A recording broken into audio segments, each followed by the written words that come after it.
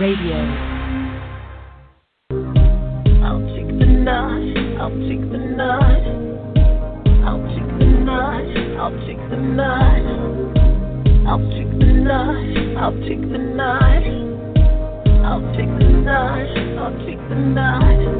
'Cause you have a heart that's divine, deserving you all, girl, you're mine. Eternity's ours, yeah, you're mine. We'll live the life, I'll take the night.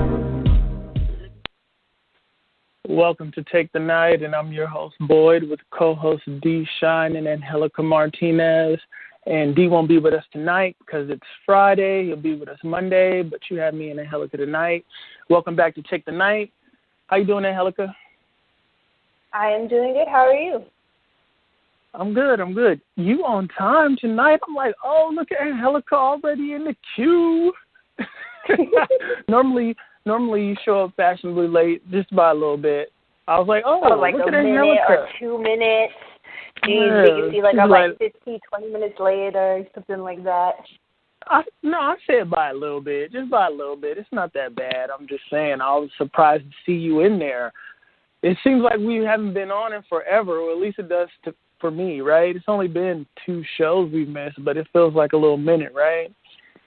Yeah, it does. And, it was a good little break. I mean, we have talked, in between, shows, and, it was definitely needed for both of us. You faded out a little bit, just by a little bit. You did something, and then you kind of went in the background. Can you hear me better now? Yeah, I can hear you. Yeah. No, I was just saying, it was a good little break for both of us that was both needed. And, it wasn't just you and me feeling that. There was a bunch of people, feeling like, kind of blah, and like I just need to take some time, for myself and, just kind of, I guess, kind of recharge a little bit, and just chill. So, it was all good. Yeah.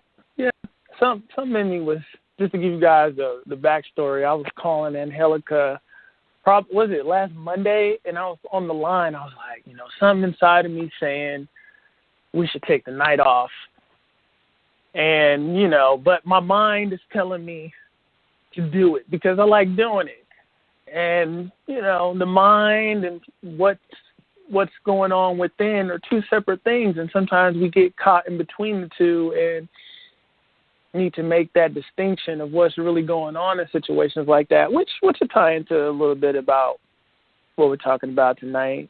At least from my perspective, I tend to jump around a little bit, but I see you've been creating a lot.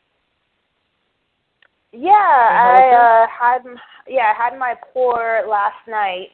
I made a couple pyramids, some gems, and a neck piece from my mom and a couple other things.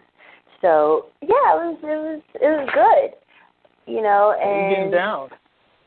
I am enjoying myself, and it's really cool because it's like, I'm just doing my own thing, and like to see people, get inspired by what I do, and make comments like, "Well, I wish I was on your skill level." I was like, dude, I just kind of started this, like, I think it was maybe June. I want to say maybe June, July last year. And to see the progression in myself that, I've made is, to me, it excites me because it's like, for me, I'm just getting started. It's like, this is just the beginning for me. Now that I got, I guess a good idea of my own style of, doing it, it's just even more so, I guess, more so freeing, and gives me more confidence to continue to evolve, so I'm just excited, and I'm also very thankful for the people that have reached out to me to do custom pieces for them, because, that's what I do. I just don't make things for mass production. Most of it is for myself. Somebody sees something that I have, it's like, well, let me see what it's, if this is something that I'm willing to part with. Like I made, an example is like the abundance gem that I made. I made a set like last year, I believe, before I left, like in November, and I was looking, I was like, I want to do this again because I have a better understanding of, how to do it. So I basically refined what I did, and it came out even better. So, I'm going to do a kind of like the past and the present, so you can see where the first one that I did and then like the new one is totally, different in a way, but the same. Because it's an evolution of the first one. And, it's like I did that for me because that's what I want to have in my life. I want to bring that type of abundance and, protection and love into my life. So, doing that is like if somebody was like, oh, I want one, I'd be like, okay, well, maybe, I might be able to part with maybe one or two, but that's it. Because it's like the extra stuff that I do is for me. It's for my own healing. It's to continue to evolve my trade. That's why it's like I don't like to do things the same all the time. Like even when I did my root chakra, like the 3/4 pyramids, like I had 4 different types. Yet they were all, similar in some ways and then different in others. And to me, it's like I enjoy using, a certain method that rings true to me. And it's like I feel this is how it's supposed to be done for this particular thing. And, but I just don't do it all the time to sell them. It's like, no, I have a bunch of the root chakra pyramids, and a lot of them I've actually given away. So, it's like when they want to go somewhere, they will be like, it'll be like, I'm going to send this to this person. I'm going to send this to that person, Yeah. And that comes, and that really comes genuinely from my heart, and since we're speaking on, like, finding your heart and, getting back to it and kind of just really aligning yourself with it, it really does speak to doing things not to get something out of it, but because, you just want to, and well, not only just because, you don't want to, or, a lot of people do things in order to get something, Yeah, they have like, a motive. Yeah, ulterior motive. There's a motive. And it's like, and it's like when you just do something from your heart, you don't want anything in return. You don't expect that. You don't do it in lieu of, like, okay, I'm doing this for this person so that in the future, they're going to remember what I did for them. And, that way they owe me. It's like, no, it's not even, it should not be like that. You should just do it because you feel in your heart that it's the right thing to do and you genuinely want to do it, because if it's coming out of a place that is that, well, I'm going to do this so that in the future I can get something back, later down the line, then you already tainted its purpose. You tainted it with something, a thought, an energy that, later on you're going to want something, Exactly. And while we're talking about your craft with the orgone, Angelica made me a dope piece, you guys, and I finally showed everybody. It's on my Facebook. You can see pictures of it on my Instagram. You've been posting and it's also it all the time. I love it. Yeah, it's also in this little video that my sister shot that you can see on my YouTube, and my YouTube is It's Simply Boyd. But yeah, it's pretty cool. And I was like, I wanted to show it to everybody in a special kind of way, and I told her I was going to show it in a special kind of way, and it just happened. And Yeah, it was cool. I was like, I hope she's not thinking I'm just like not trying to show it or something like that. But I was like, I have to make sure it's right. So I had to create like this this infamous thing where I could show it off. So yeah, it's in a little short film type deal. You guys could see that on It's Simply Boyd. And I appreciate it, and I love it when people show them wearing my pieces, because it's like that is the purpose. It's like that's why I made it. And I don't expect people to do it all the time, but it is very, very appreciative, because it's like you're not only showing something that is helping you, and benefiting you, but you're also, letting other people know how to have access to that, by sharing it. And, a lot of times people don't do that because it's like they don't want anybody else to know or have access. It's like this whole exclusive thing.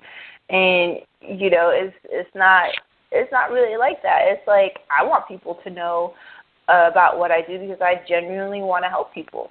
That's what I enjoy doing. And also, if you hoard, you will no longer receive. You have to free up space to receive new wisdom, new things, new whatever, new energy. So you have to let things go to make room for new things to come. So, and if you're hoarding stuff, you already missed the boat. If you like, oh, this is only for me, nobody else can know, you missed the boat already when it comes to stuff like that. Yeah. And that's why it's like I really appreciate you and Sarah, posting my stuff. It's like, oh my gosh, look at somebody. It's like it's like if I were a musician and I heard my song on the radio, I'd be like, oh my God. That's how it feels to me. It's like, oh my God, like somebody is actually, wearing it and saying that, it's from me, and, is saying all this great positive stuff about it. It's like, oh my God. I hit her up like, really I got a surprise for you. I surprised her, y'all. I didn't even tell her. I didn't tell her I was going to put it in anything. No. And so when I saw it, I was just like, oh my God. I felt like so famous. Like it was actually a music video. And it's like when people see music videos, in the mainstream, and there are all these, celebrities are wearing a certain outfit and rocking certain jewelry, that's how I felt. It's like, oh my gosh, this famous person is wearing my stuff. And it's in their music video. You know how many people are going to see this? Oh my gosh. And that's how I feel. And it's like, I feel like, I don't want to say validated, but just like, it's just confirming that I'm doing what I'm supposed to be doing. And to see and feel like the joy and the energy that not only I'm giving to somebody in my pieces, but to see them, actually feel it and want to share that. It's just amazing to me, and and like I said, it's exciting, because it's like now, I have a couple more requests for certain things, and it's not even like I want a certain shape, I want this. A lot of it is just kind of like how I did with your piece, with your mom's piece, and Sarah's piece. It's like, oh, just do whatever, whatever you feel like it, And it's like it's kind of nerve wracking, because it's like, well, what am I gonna do? But then what I usually do is like I go to the person's page and I just get a feeling for them, and then I go to my little workspace and pick out the stones. Like, I'm going to do this. I'm feeling this one, maybe this, maybe that. It looks like this person, is really into these things. So maybe, this, and then I sketch it up and send them the ideas, and, it just goes from there. So it's really exciting to have that creative freedom, to express and to really kind of connect to other people's energies, and to kind of understand what they want to achieve, and to understand them, you know, as an individual being, because it's like I make these things to help people, you know, heal and balance and align, you know, their energy. So it's like really it's like you have to get in tune with them. You know, it's like you have to put yourself in their shoes. It's like, what am I needing? And that's why, you know, I ask certain questions to people, you know, that I'm working with. Yeah. Like, what is your intention? What do you want to achieve? You know, and exactly. you know, I also ask basic questions like, what's your favorite color? What's your favorite time of the year? You know, what's your favorite fruit? It's like, to other people, it may seem like, oh, just general stuff. It's like, but it says a lot about a person, you know? It really does, because all those things have their own frequencies and vibrations. So it all means something. It all comes together. Yeah. And if you sit with those things enough, you're part of that. You are what you eat. You are what you sit with. So, yeah, it says a lot about a person, those things. Yeah. And, you know, a lot of the things that people have been, you know, requesting is about love, you know, unconditional love, you know, and that comes from the heart, you know, but first it comes from you. You have to love yourself unconditionally, you know, in order to love somebody else. On that level, I don't want to say in that, you know, but just on that level, it's like you have to be accepting and you have to be honest with yourself about everything, you know, the good, the bad, the ugly, the happy, and, you know, the awesomeness that you are. It's like all of it makes you who you are. And to kind of like deny certain things or not be honest, it's like you're just hurting yourself. Not only are you hurting yourself, but you're putting boundaries on, you know, what you could achieve, you know, what you could, you know, have in a relationship, you know. And a lot of the time, you know, I've always been a person that is like, I'm not going to do something that I wouldn't want my partner to do or upset them. You know, and it's like and that's like me putting myself in my partner's shoe and understanding who they are. It takes like a lot of, you know, effort and understanding to really kind of switch yourself to somebody else and be like, how would, you know, my partner react if I did this? Well, he's like this, and usually, you know, and you know, that's what it really is when it comes to unconditional love. It's like really accepting and understanding the other person's, you know, feelings and thoughts, and not judging, you know, and trying to really, you know, help them, you know, help themselves, because it's like a lot of times people get into relationships to fix the other person. You know, oh, this dude is, you know, oh, he's like a playboy, I'm going to change him. Or this chick is, you know, a whore. I don't want to say whore, but just like a hoe. You know, I'm going to change her. I'm going to do this. But you know what I mean. I said, but hey, let's dial it back just a little bit, because I didn't even say the title like for today. Well, so you guys know, if you're here, tonight's show is Your Heart, Go Back and Get It. Okay, go back and get it. Talking about the heart, and Angelica's right in everything she said. And we were supposed to do this show like twice leading up to tonight, and you didn't, right? We're supposed to do it last Friday. But we did it, and then we're supposed to do it on Monday. Okay, so if you guys don't know, I'm like a backstory kind of person. I like to tell backstories. So to basically explain how we came into this show, it's you know, I like, my life is a magical kind of thing of synchronicities, and I like to explain it to people so they can see how things go and how maybe it'll help them look at how things come together in their life in terms of synchronicity. So the way we came about tonight's show is, you know,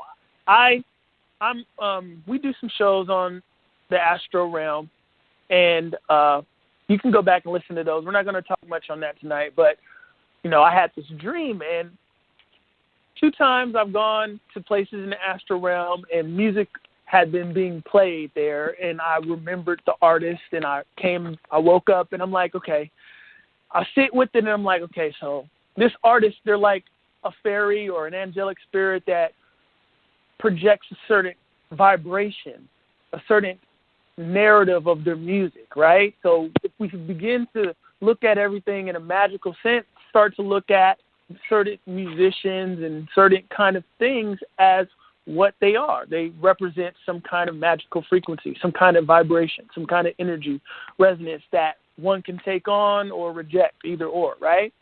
So what happens the last time is, once was Celine Dion, which is a heart chakra kind of person, and then the latest was Sade.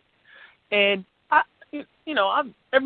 everyone knows these 2 artists, but I don't listen to them all the time. Like, I'm not driving bumping. Sometimes I'll drive and bump Sade, but not so much Celine Dion. But Celine Dion's dope though. Like, she's dope. I like the feel of it all. But the point of it all is I knew that I was tapping into something that was going on with the heart that I was supposed to be dealing with, and I was going to be getting some kind of messages and relaying these kind of things some kind of way, and it was going to be dealing with the heart. It's obvious because, these 2 people speak about the heart. So the album I was going to go to when it came to Sade was her Soldier of Love album, because that's the one that I actually have on my phone. So it just made it easy. I could drive around and play it. And matters of the heart, the traumas we deal with, it just kind of hardens us, and we say to ourselves, that's never going to happen again. We become a little distant, and we put up these walls and these shields, and become a little cold. I want to say a little line from one of Sade's songs off of her Soldier of Love, because I was like, I knew instantly this was a heart thing that I was supposed to be talking about with myself, and then mention it to Angelica, and then we were supposed to delve into this kind of stuff on the show. But in her song Soldier of Love, right, she says, I've lost the use of my heart, but I'm still alive, still looking for the life, the endless pull on the other side. It's a wild, wild west. I'm doing my best. I'm at the borderline of my faith. I'm at the hinder line of my devotion, in the front line of this battle of mine, but I'm still alive. So when I sit with something like that, because I'll sit with things, and I'm like, what was this person going through? And you see, music is going to be a big of this thing regarding the heart, because music plays a major part in culture, period, right? And when it comes to the development of one's spiritual and intellectual and emotional growth, you have the theme song to your life playing all the time, whether you're in a car or whatever that may be. But, when I listen to music and it's an artist that writes, I'm looking at them, I'm listening to what they're saying. I'm like, okay, what were they going through? What were they coming to terms with when they were writing this? And when you look at this thing, you could tell, like, in these lyrics, it's somebody who's literally telling you, I've lost the use of my heart. I've been cold. I became cold. Certain things that have happened to me, because she says, the wild, wild west, doing my best. I'm at the borderline. These things that she's gone through have put her in a place to where she's been struggling with her own faith and realizing she's becoming numb to her own heart. But she's still alive, right? Because when most people look at the heart and you say something like, get back into the heart, I'm sure somebody somewhere is like, I use my heart all the day. It's beating. I use it all the time. It's beating. But, that's more of a physical representation of the heart. Not the spiritual representation of the heart. Spiritual manifestation and symbolic meaning to everything, right? So after the whole Sade thing, I was like, okay, yeah, that's clearly something we need to get into, because if you look at culture right now, popular culture, you know, if you're just driving in the car listening to the radio or what's hot, you're not going to get too much music that's in the heart frequency today. Not so much today, depending on what station you listen to, of course. But if you're just somebody that absorbs the mainstream, you're not getting too much heart frequency. So what does that mean?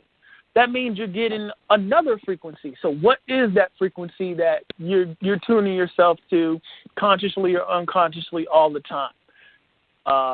It's going to be more of a surface kind of tune, unless you're somebody that plays. You know, you got some stuff you play, but like I said, I'm talking about the people who are just taking things in that don't understand the spiritual representation of the music. Go ahead. Yeah. I mean, I'm only speaking from, you know, what I've observed. My little cousins, they're like 14, 15. And the music they listen to is like, to me, is like garbage. It's like, what the heck are they talking about? They're talking about cheating and sleeping with other people and it's okay and, you know, doing drugs and drinking. It's like, this is all very root-based, you know, and exactly. Now let's build on that. Let's build on when you say root-based, what that means, because, you know, some people, when they hear you highlight something as if it's not what you're into, they automatically think you're hating. Okay, but that's a physical realm perspective. We're speaking from a spiritual perspective here, and, you know, get a book or something so you can understand. Because if you don't get it, then you're in the wrong place. But we're going to try to explain it. So just deal with it for a little bit and see that if your music isn't promoting a deeper kind of consumption, like a direction of thought or feeling, reflection, then it's basically an external kind of form of music, which is sitting in that root, that base, which is like, I have this, I have that. They look that way. This looks that way. It's pointing. Everything's pointing outside. Pointing, like, you know, if you're listening, extend your arm up and point your pointing finger. That's what it's doing. It's pointing the finger outside. And in this world we're living in, it's an individual internal journey that we're supposed to be dealing with. And you want success, right? Everybody wants success and happiness and love, like Angelica was saying. How do we get that? You know, turn the finger back at yourself. And that's how it has to happen. So dealing with things like, you know, your traumas, you know, some of these heartbreaks, and coming to terms with them and realizing where the lesson was in it all. You're not supposed to walk around putting up a block like some would, because if you also know, because some people say, you know, when it comes to spiritual concepts, especially today, people are always like, I know that, I heard that before, but it's like practicing, right? Or really knowing many ways to look at it. Well, if you know these things already, then you know that you get what you put out. So if you're a person that wants love or real connections, and you're an individual that's walking around with some kind of front up barrier, something to protect you because you felt like your heart has been taken advantage of, you're going to attract that mirror for you. It's going to be another person that's putting up barriers, that has a front up, and you guys are both going to be talking on this superficial level, and you'll never really get below the surface. Or if you do, you realize, wait a minute, I don't really know this person I'm dealing with. So it's that much more important that we deal with these things and get back into the heart and deal with these things and just open up and realize that, yeah, you're vulnerable when you're open, but if you've had something that happened to you to make you feel like you needed to protect yourself, you've gotten some kind of wisdom out of that experience. So you know you can still be open, but you know how to vet people a little bit more. You don't have to have these barriers up, because if you walk with these barriers up, you attract the very image of you, right? You know this, right? You get what you put out. Everyone wants to say they know this, right? But yet, how do you know this and then still feel hopeless when it comes to finding that right person for you, or still having problems with finding that right person for you? Only because you're not being authentic in yourself when you're going out amongst the world trying to meet these other people. So you're attracting somebody that's basically not being completely honest and forthright with you because you're not being completely honest and forthright with them. It's very simple. It's very simple. It's an easy fix. It's just you really got to deal with some things that may make you feel some kind of way. What were you about to say? I was just going to confirm that, because it's interesting that you're bringing this up, because I just had an happen today with a person. This person is no longer my friend because of this issue of not being, honest with themselves, and just wanting to complain. And, I want to say we've gone through certain things with people in our lifetimes. We always have, I don't want to say always, but the majority of people have that friend that just always wants to complain about drama, and it's usually the same drama. And, a lot of the times they're just doing it for attention. It's like, okay, I thought this was resolved, let's move on. It's like, if it keeps on happening, you are not being honest. There's something within you that you are not acknowledging and accepting that keeps the same bull crap happening over and over. And, if you're going to deny that. Let me touch on that. Why is the same thing happening over and over, right? Because we as the individual, we have in our being, our energy field, these terms. I hate using these terms because I know that, everyone's saying the shit now, but it means nothing. These things are becoming cliches, because if we were really understanding what these things meant collectively, holistically, the world would be, people's interactions with each other would be a lot better. And people's individual mental states and emotional states would be a lot better. So I try my hardest not to use these things, because we are not the same when it comes to how I understand these things and how I see other people are understanding it. And that's okay. Everyone gets it on their own. But it goes back to, that's why it's, now let me give some more backstory real quick on this, because this shit blew me away. When we were off, I was just doing some research and, reading some stuff, watching some lectures, and I stumbled upon this symbol called the Sankofa symbol. If you're listening to this, write this down. The Sankofa symbol. That's SANKOFA. And they're going to tell you it has two representations, but we only want to focus on one of them. One of them looks like a heart. Of course, it has these little swirls in there. It kind of looks like it could be the top of some kind of like brass gate or something like that. But it's this ancient symbol that is found in some of the tombs in Egypt that predates back a long time ago. And if you know there's nothing new under the sun, which I'm sure everyone likes to say, then you know that the very representation of the heart symbol that we have today has to be rooted back to this Sankofa symbol in some kind of way. And while I've been doing my research, and if you look up something like the origins of the heart symbol, they'll say it ties back to the seed of some kind of plant.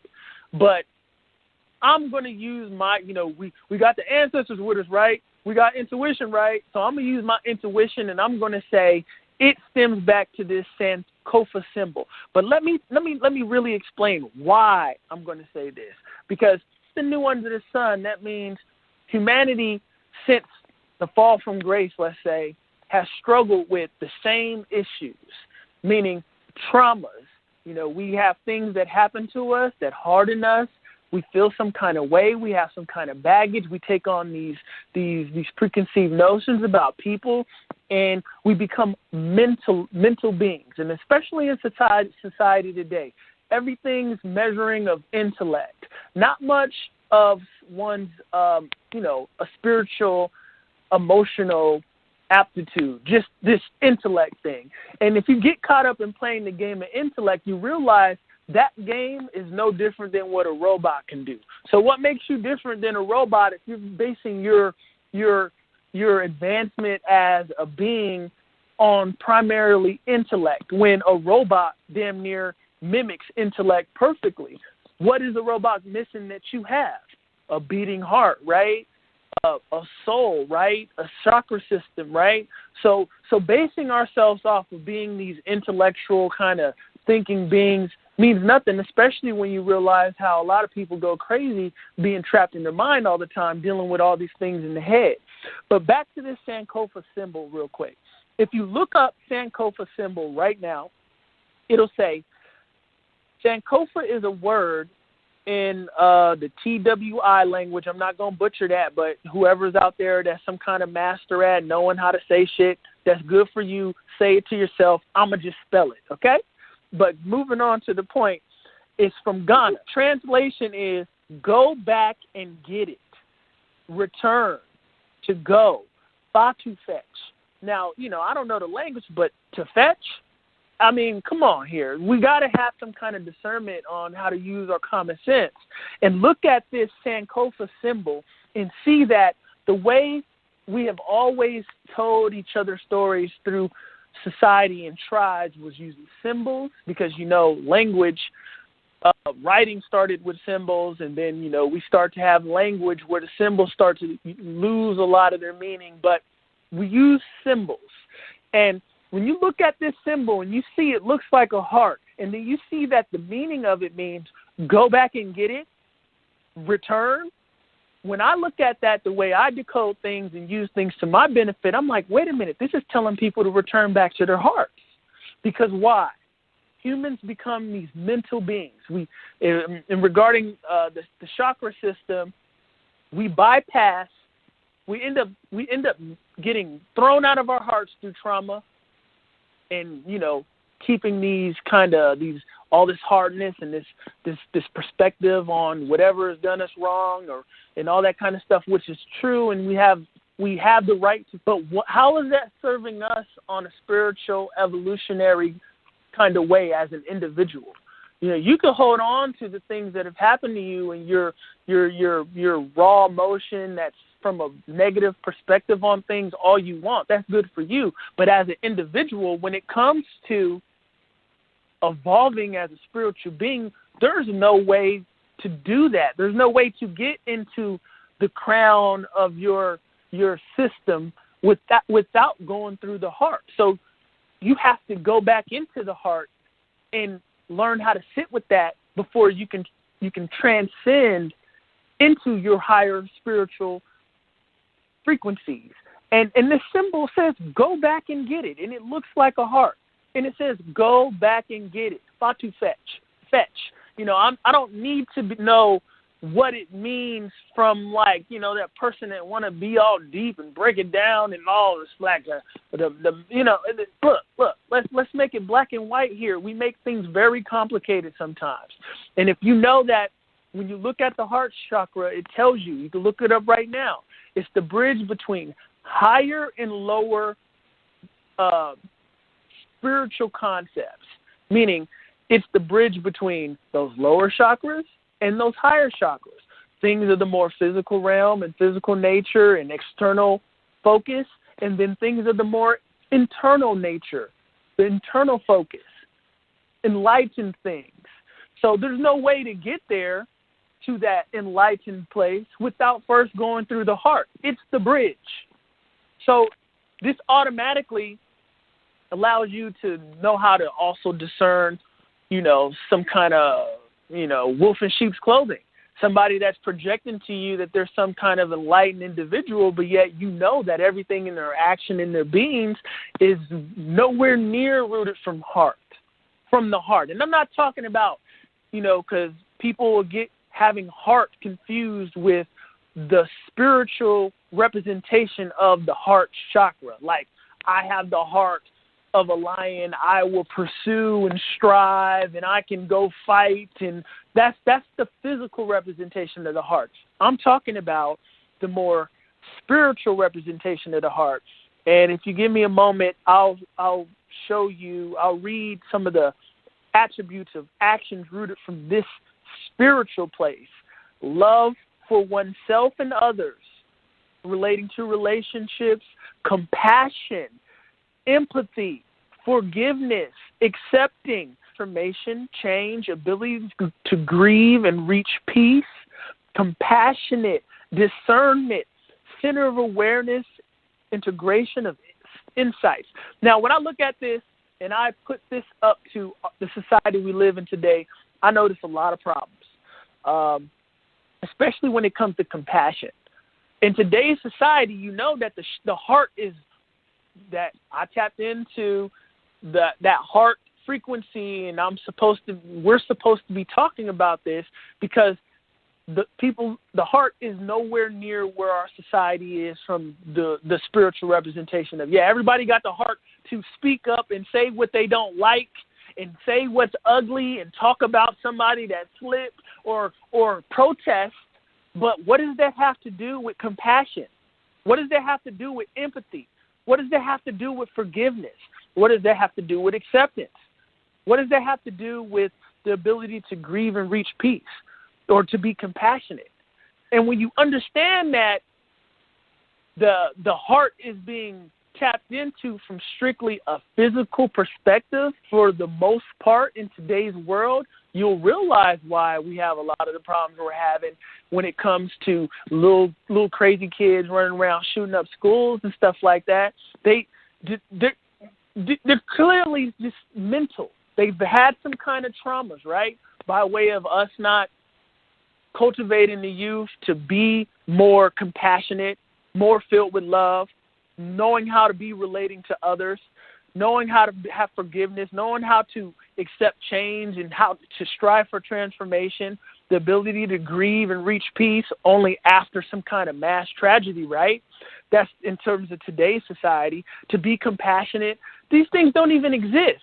How do we know they don't even exist for the most part in mainstream society? Because it exists nowhere in the mainstream music.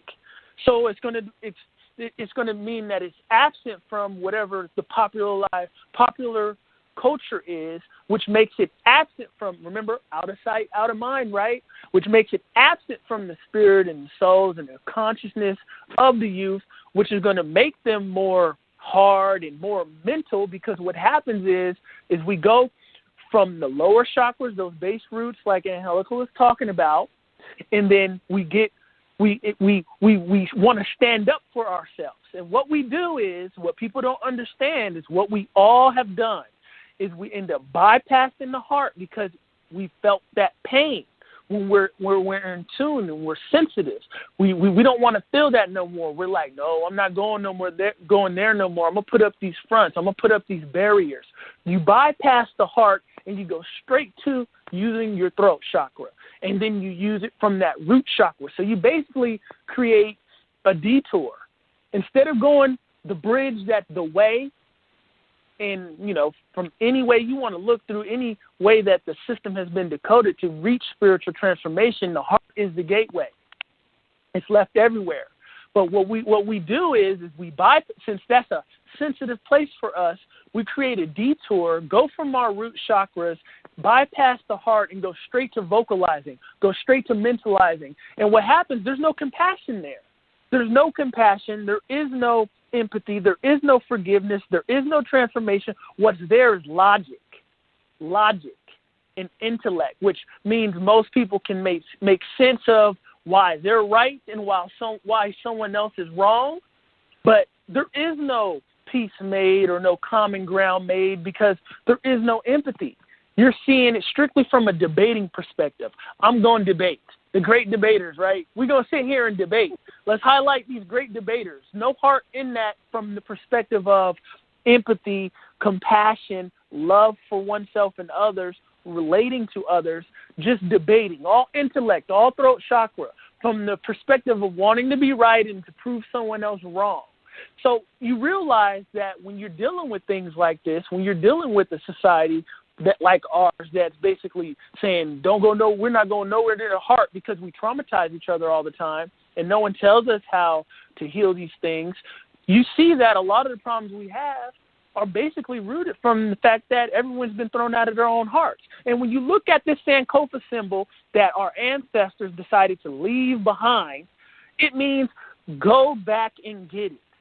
Now, what I'm saying to you is the way I interpret that, when I look at this heart symbol, and when you go, you know, when Valentine's Day comes around and everyone's looking at the heart candies and the hearts are everywhere, and you know, you're buying somebody a gift, are you really in your heart?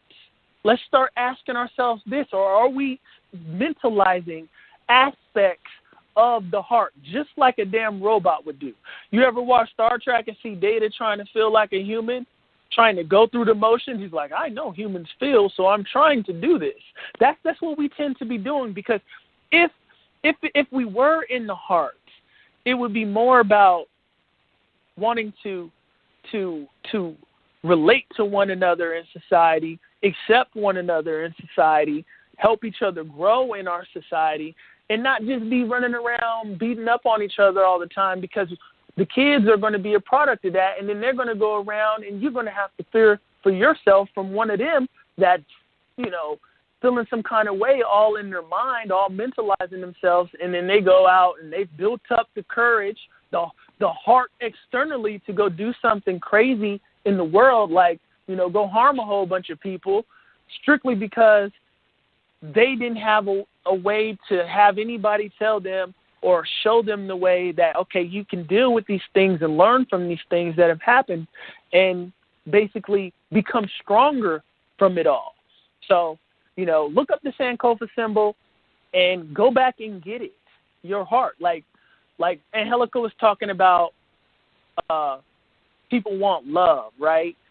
If you're meeting other people with a list of schematics, like, you know, a lot of people have these lists now, and they've been popularized by people in the public eye that have some kind of stature.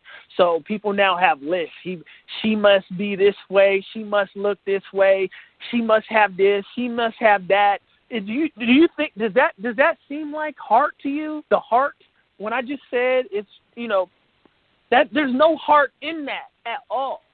So, you know, we wonder why our relationships end up so combative, when basically it's a root chakra relationship that's bypassed the heart and can vocalize, yeah, we're in a relationship and we know when we're not going to put up with that no more.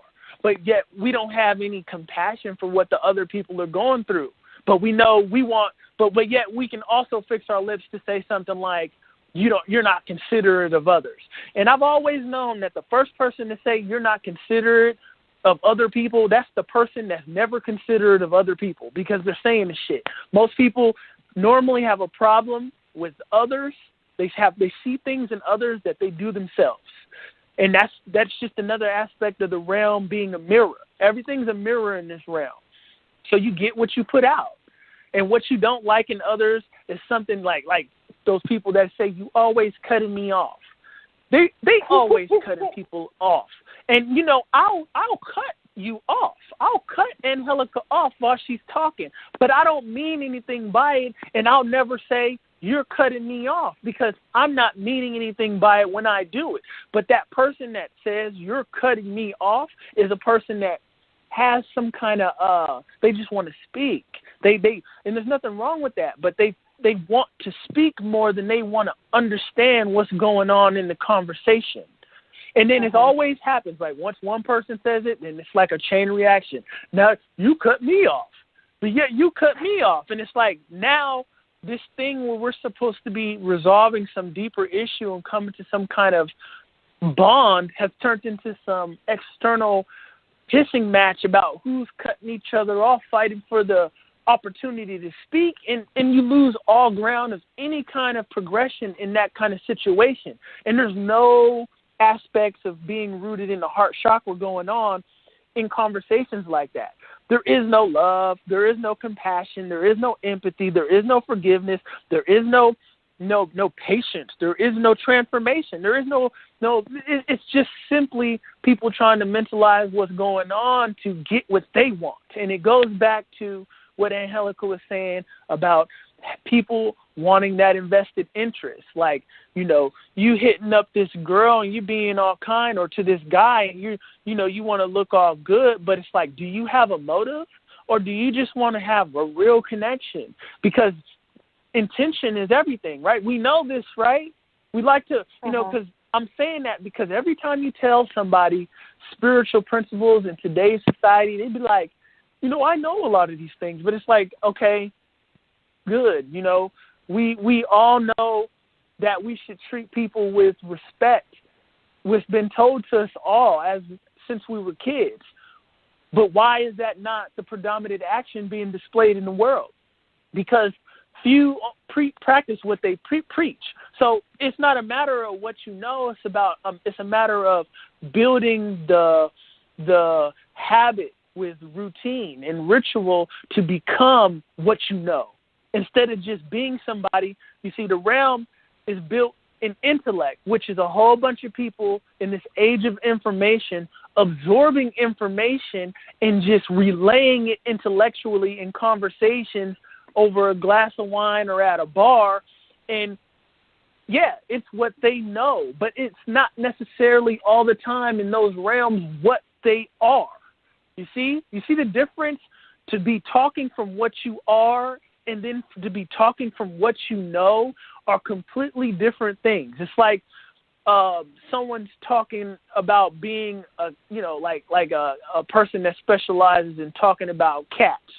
It's like, okay, they know how to talk about cats, but I'd rather be able to speak to a damn cat, because the cat's practice talking to you from what it is, not from what it's intellectualized about a cat.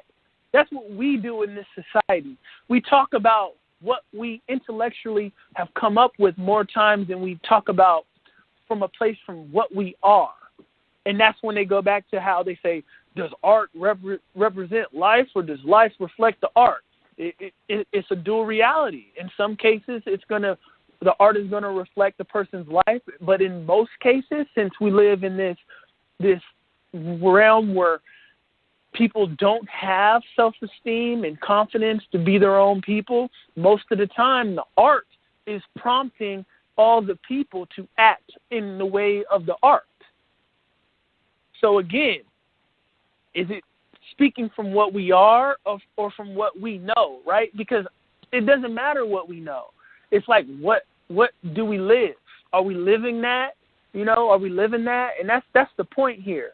In any case, you want to meet somebody, you know, you want to meet somebody good for you, that understands you, because everyone always wants what's best for them out of all relationships, but never considers what's best for, you know, the other person for the most part. It's just what I need out of it, what I want out of it. So what happens? You attract somebody that's the same damn way, because the realm tells you that everything is mirroring itself. So if we know these principles, these spiritual principles, you know, because people want to argue with you all day about spiritual principles all day and be like, I know. But yet the very things they say in the conversation shows you that they're not in their heart. They're simply an ego and lower chakra speaking from the intellect, which means they're nowhere near the heart. Nowhere near the heart. Yeah. So, and I've been, you know. And, you know, I totally agree with you, because it is very true that people are out of touch with their heart, because they are very much influenced by these outside things that they think that they have no control over, you know, that they're just a part of. And then when you actually realize that you are the one constant thing in your life that you actually have control over, then you start to make those changes, and that starts you on your healing journey. And it is also very true that, you know, we reflect, you know, our inner conscious and subconscious out into the world. You know, everybody that we encounter, that we actually, you know, connect to on, you know, a mental, emotional level, they are a reflection of ourselves. And, you know, if somebody's frustrating you or doing something that's triggering something, you know, that is an opportunity to really get into yourself, you know, get into your heart, get into your emotions to try to figure out why you are feeling this way. And, you know, it does go back to certain traumas or experiences that we had, whether it be this lifetime or past lifetimes, that make us, you know, react a certain way or block certain things. And it is very true that a lot of people fake it, you know, and, you know, they say they want something and, you know, portray this certain thing or put on this certain front. And then when they get it, you know, they realize that that's not what they really wanted because what they were putting out wasn't genuine. It wasn't really coming from their heart. It was coming from, you know, outside of themselves and what they, you know, projected. And let's be real. This realm is about shiny things most of the time. So, like, that person, that dude that's like, I want a good girl that's there for me, that loves me, and that woman that says, I want a good man that's there for me and loves me and is with me at all times. It's all good until, you know, the shiny things drive by and, the, you know, that nice ass come walking by. And then what happens? All those higher goals and aspirations that have a more spiritual tone to them get swallowed up and pushed down into that damn gut and below, and you come back straight to the things that you already have come to terms with, just give you more pain and drama and shit. Dude, I'm laughing because, like I mentioned earlier, I just had like an experience with a person that this exact thing happened, you know, where they were basically in a relationship or not in a, I don't even know what to call it. They basically have, you know, a child with somebody. Always, you know, saying, oh, I really do love her, I care, I wish she was different so that, you know, it would work out. Sometimes we go through these things, you know, where everything's good for, you know, maybe a week or maybe a month, and then it changes. And then we end up going back to how we were. And then, you know, he said that he, you know, finally gave up. You know, and, you know, said that he didn't want to do it. And all this, you know, during that time, you know, he found somebody of interest. But yet, when the opportunity arose to, you know, sleep with his, you know, ex, he did it. And it's like, wait a minute. I thought that, you know, you didn't want that and you were, you know, building something with somebody else, but then you reverted back. That makes no sense. Okay, see, so why? Why? Because right. And so I, you know, was like, dude, you need to acknowledge the fact that you really want to be with your ex and you still have feelings and you need to process all of the shit that you guys have been through for the past, you know, 8+ years and, you know, go from there. Because if you really, you know, wanting to move past that and you're feeling this person like you say you are, the physical wouldn't matter. You would have been like, no, I want this different thing, this thing that I feel that I know is going to be better. It's totally different. And, you know, deny this physicalness.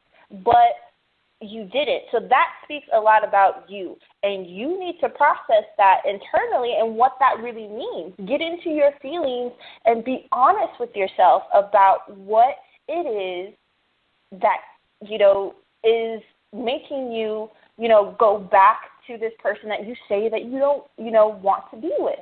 You know, it's always I do, and then I don't. It's like, dude, you're just confusing yourself. You're not being honest. You're not expressing, you know, anything. So that's why this keeps on happening. And, you know, a lot of times, I've been there.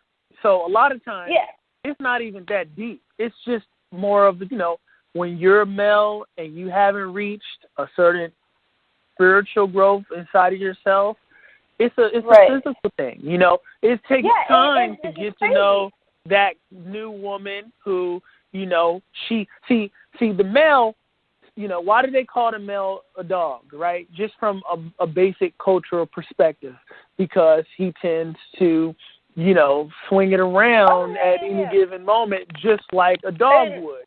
Okay, so this is saying that the male is in the lower chakra, right? So So if that woman comes along that has more of a, she's going to make you wait longer, and he's feeling all hot and bothered in his own cycle sometimes, it's real easy to go back to the woman, or not even to go back to her, but just to, that you know how to get her in the mood. You know that it's going to be there. So it's easy to just get back into that situation simply out of a physical necessity, which is why a lot of times. No, finish. No, I mean it's just to keep it real simple. From most of the time, that's why it happens. Yeah, but and I can totally understand that, and that's why it was just shocking to me, because the way that this person, was adamant about not wanting to be with her and all this stuff, and it's just dude, you are totally denying how you feel. It's no, you just want to hit it. You just all you need to say. I just want to hit it and talk to her at the same time. Stop playing games. You know what I'm saying? It's just that's the thing. It's you need to just say what you mean. And that's what it is sometimes. But still, it wasn't him being honest. And, the thing is if you genuinely want to have, that higher type genuine love, type of relationship, you have to, like you were saying earlier, you have to be vulnerable. You have to be open and, express, what you are feeling from the heart, and understand that those are your feelings and they come from somewhere, and the other person, should be open to hearing them and help you understand, where they are coming from, and also understand what they did. And, that way they can grow and learn, okay, this triggers this. We're going to work on this. It's something that, they want to work on. So, I'm going to try my best to make them understand that I'm a different person and I'm not going to give them the same result as this other person. And it all comes from that communication, that openness of, being honest with yourself and able to communicate how you feel.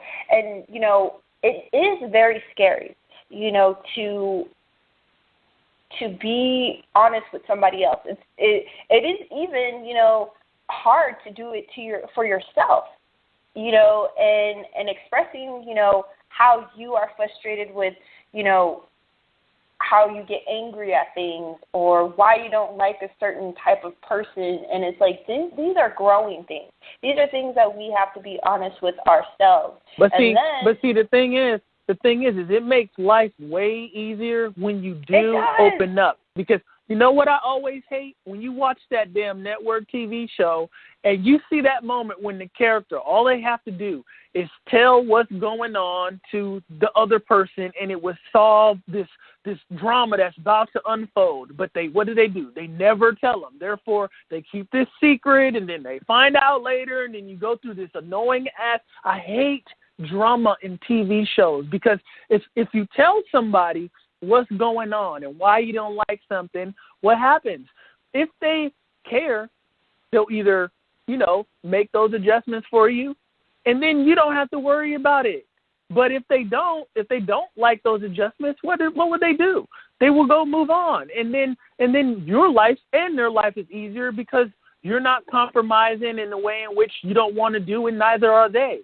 But ultimately, it makes it that much easier to just say, yo, this is why I don't like this. This is why it happened this way. Because what happens is we tend to say it and have that communication issue. It comes out at the wrong time. We let it sit too long. And then when we get angry or we get upset and things have got to this boiling point, then we mention it, and then it comes off wrong. It comes off it comes out all the way wrong, because you didn't think to just have these discussions over time, just naturally while you're driving in the car, because we jump to the physical aspect of it all. And then, when we are having conversations sometimes with some people, it's basically mundane conversations up until somebody has a problem. Then it's an argument rooted in pointing out each other's flaws. None of that shit is good for anybody. So, what I learned is if I'm trying to bring up something, I try to do it when tension isn't high. And what happens then is if the person around is like, they'll see it as a buzzkill, but they got to understand that it's never the right time to do it when people are already mad to express, especially something that you don't like in another person that they're doing. Because if they're already heated, then they're going to go into defense mode. That's what's going to happen. So it's timing. We have not, since we're not rhythmic anymore, we don't use like tribal units and sit and beat with each other, and we live in this society where everyone's kind of at their own drum. People's timing in their own individual life is off, and when they choose to bring something up to somebody, and all that shit's off. Timing is off, completely off, because it's a matter of timing. It's like, when do you say that thing, that you need to say that's just going to help your relationship? Do you wait till you're already in an argument, or do you have enough consciousness to say, yeah, we're having a good time, maybe we can have a fucking discussion, like how most people say, like adults, right? Instead of just waiting until you're going to be screaming and hollering at each other and stuff like that. But, yeah, but ultimately it goes back to just thinking about what you want others to, how you want others to treat you, and making sure, just a very simple way to tune yourself to more of your heart is you deal with what's going on with yourself. You try to be more accepting of other people in friendships and all that shit. Not everybody gonna be like you. Not everybody's like you. Yeah, and it's very true. I mean, that also comes with, setting certain boundaries, which is something that we've talked about before. It's like you have to, protect yourself, and sometimes certain relationships and certain energies aren't going to be beneficial. Like, if somebody is just constantly, complaining, or, you feel so drained afterwards, it's like, you're not getting anything from that exchange. You're giving in that exchange, and they're not giving in return. So you don't, so it's out of balance. So it's like, it's up to you to understand this and realize this and put certain boundaries on things, and, maybe walk away from certain friendships because they are not helping you in your growth. And that's okay. I mean, I blocked the dude. It's like he went into going into insults, like trying to insult me. I mean, the dude basically said, "Oh, I don't know magic. I don't do magic, so I wouldn't understand." And I'm just like sitting here laughing, like. But see, really? Just to even say that, shows you that he's not into no magic. Yeah, I don't want to see. I'm not going to. Because how can you say something like when the heart is the center? What it's called is warlock. There's a difference. The warlock. Yeah, and that's what he is. Right? And that's what it is. And that's what it is. And it's like, I understood this, and it's like, you know what? I'm just going to not put my energy into it anymore, because first of all, you're not wanting to grow because you're doing the same crap over that, you want to understand why, and I'm trying to help you understand why, and you keep on doing the same stuff, so it's like, you're not helping yourself, nor are you helping me, because all you're doing is coming to me with, these issues, and that's it. You're not trying to help me, grow on any type of level. You're not giving, that positiveness back. Like when me and you talk on the phone, I don't feel drained afterwards. I feel very excited and, chill, because we exchanged evenly. We gave back and forth. Even when I was going through some personal things, it still felt that way. So, and that's really the thing is like, that's what real friendship is. It's like, I don't need to call you all the time, but when I do, I don't feel drained. I don't feel like, oh, my God, I have to take this call, or what is this person going to complain about now, or what's the problem? It's nothing like that. So No, that's because I got my own mojo, baby. That's why. You know what it is. You know, I got my own mojo. That's what it is. Yeah, and you know, when you realize this, you know, you start to really honor your own safety, your own, you know, power, your own energy, because it's like you don't want somebody to just, you know, take it from you and to, you know, drain it from you. So you start to say no. Like, no, I'm not going to participate in this, or no, I don't feel like, you know, speaking with you, or I don't, you know, and that's okay. Some people, you know, need that. They feel like if they don't have somebody to talk to or somebody to express to, that they don't have any friends and nobody cares. And it's like you have to put that out as well in order to receive it. So it's like, well, you know, that's why they say if you want somebody to love you, you got to love yourself. So if you want friends that appreciate you, appreciate yourself. It goes back to self-esteem. And the self-esteem is the issue that we see most going on when you say, you know, why do people stay in toxic relationships?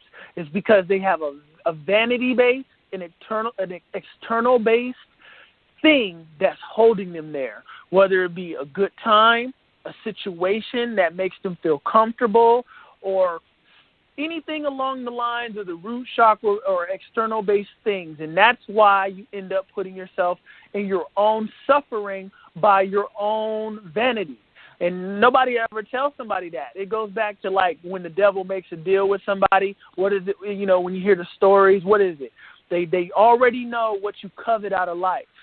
So as long as a person that wants to take advantage of a person, they know what you covet in life, all they're going to do is give you a whole bunch of that. And while you're focused in dwelling and basking in all of that, they're going to be doing all this other shit behind the scenes to you that you're too blind to see because you're caught up in the things that you covet already. And that's why, you know, you have to realize and go back to the heart and deal with things of a more, you know, seeking love for yourself. Once you do that, then you know when somebody's playing you. You know those friends that don't love you. You know it. You know those friends that you call friends. You know who they are. You know the ones that don't really love you. But if you hit them up because you know you have a good time with them, you know, or you and your lower self and you want to hear some gossip, and they good for that. You see what I'm saying? It's you know, it's like I was saying before. Sometimes some people don't want to let that go, but you have to understand that when you let that go, like Boyd was saying in the beginning, you make room for other better things that are going to be of benefit to you. You know, and it's a very beautiful thing. It's like, you know, for myself, I don't want to say I have not, but because I moved around a lot when I was younger, you know, I, you know, didn't make friends because it's like, well, what's the point? Because I'm just going to be moving. And I know that once I move, you know, and I'm not involved in somebody's everyday, you know, like I'm not seeing a person every day, that I'm just going to kind of disappear, because that's actually what happens. And that's why, like, these so-called friends that people have, it's like, if you take yourself out of their lives or don't communicate with them for a certain amount of time, you will see, like, how different things will be. And so it's like, for me, it's like I know my real friends. It's like I can call certain people, like, that I haven't talked to in months, and everything will still be the same. You know, we'll still have that bond, that connection, and, you know, catching up on everything and seeing how everything is doing, you know, all those things. And there are certain people that I know just wouldn't care, you know, and I know certain people that contact me for certain things, you know, since I'm in Vegas, I'm gonna contact, you know, Angelica because she's in Vegas and I want to hang out, you know, with somebody in Vegas. It's like this. Exactly. You know. This is the other thing that, the other thing need a place to stay or some shit, right? Yeah, need a place to stay, or, you know, just because, like, it was always interesting to me, like, how certain people will come out the woodworks when they just needed something, you know, and for myself, it's like if I say that I'm your friend, then you can always call me. You know, it's like my number is ready available. Feel free to text me, you know, or anything like that. It's the same way with people that I interact with on, or the people that I work with to make their custom pieces. It's like you have access to me. You know, if you have questions or you want to know something, you can just always send me a message, you know, and I'll answer you back. But, you know, if something starts to go, like, out of hand, or it's like, nah, this is kind of starting to feel a little needy or is draining or something like that, then I'll tell you, like, you know what, I'm going to have to cut you off because X, Y, and Z, you know. But I'm starting to get that to the point where I'm not even telling people. It's like, dude, it's like, you don't talk to me, I'm not going to talk to you, you know, and you're not going to have access to me anymore because what's the point? You just hit me up when you need something. And, you know, I'm not just like, you know. When you begin to value yourself, like when people begin to value yourself and the experiences that happen, you realize you're starting to not compartmentalize spiritual information, and you put it all together and you want to use it all together. You know, you let's say you got into the secret, so you know you can visualize and vibrate on things that you manifest. So, and then if you know that, then you know that ties to the people you hang out with, and it ties to manifesting things that you desire and experiences that make you feel good. And, you know, people are a big part of that. So that means you also have to realize that certain people aren't worth your experiences being less than what you desire, and you owe that to yourself. There's nothing wrong with that. It doesn't mean that individuals are bad people. It just means, look, we're in a different space. We're in a different space. We're in a different dimension. You know, that's not for me. They're not for me. And you know, it goes back to valuing yourself, because when you do that, you'd rather be alone than be susceptible to all the chaos that happens when you have chaos beings around you that are really just acting at all times at random instead of really trying to gain some kind of focal point, meaning trying to gain some kind of control and focus their energy in a direction and build towards something. If you notice, the individuals you know that aren't doing that is very chaotic. You know, it's always something new that's crazy, and it's like, damn, you know, your life is a movie, but like one of the real dramatic ones that are just, it's just very energy draining. There's always something happening, some beef with this person, some argument over here, some kind of real dramatic shit. And it's just like, damn, it's like a soap opera. It's like The Days of Our Lives or something, where it's like they wrote up the worst incomprehensible drama and just acted it out, and somehow this crazy shit is playing out. And that's what happens because we're not being considerate of those around us. Like, I've learned to know that, okay, yeah, I feel wronged right now, but because I know the person in front of me, I know I'll do myself a more disservice from approaching them. And I'll end up stressing myself out and putting myself in a worse space from trying to have a fucking conversation about it with it, because they're not able to comprehend. So why am I going to waste my time because I'm stuck in my ego? I feel wrong. I'm in my ego. How dare they, right? So now I'm going to go try to make this person see things my way. For what? All it's going to do is be they're going to get defensive, and then I'm going to continue to try to explain myself. They might say something that's going to cause me to get defensive, then I'll say something, and then the whole intent of just trying to explain something has gone to some place of no return, and you find yourself back in your own place where you were, wherever you are alone, like, damn, that didn't go the way I wanted it to go. But since your ego's fed up, all high in it, you won't admit that to them. You'll still walk in front of them acting like, you know, you don't want to apologize for those words that you said, because your heart is nowhere in that situation, in the sense to where I'm talking about compassion and empathy here. I'm not talking, because people, I had somebody who clearly missed the boat try to tell me the other day on a comment saying, hearts, got heart. And I'm like, you missing the point. There's two. There's a physical representation of having heart, and then there's the spiritual representation of what that means. It's easy for a lot of people to speak up and have heart in that kind of way, though there's some people that can't.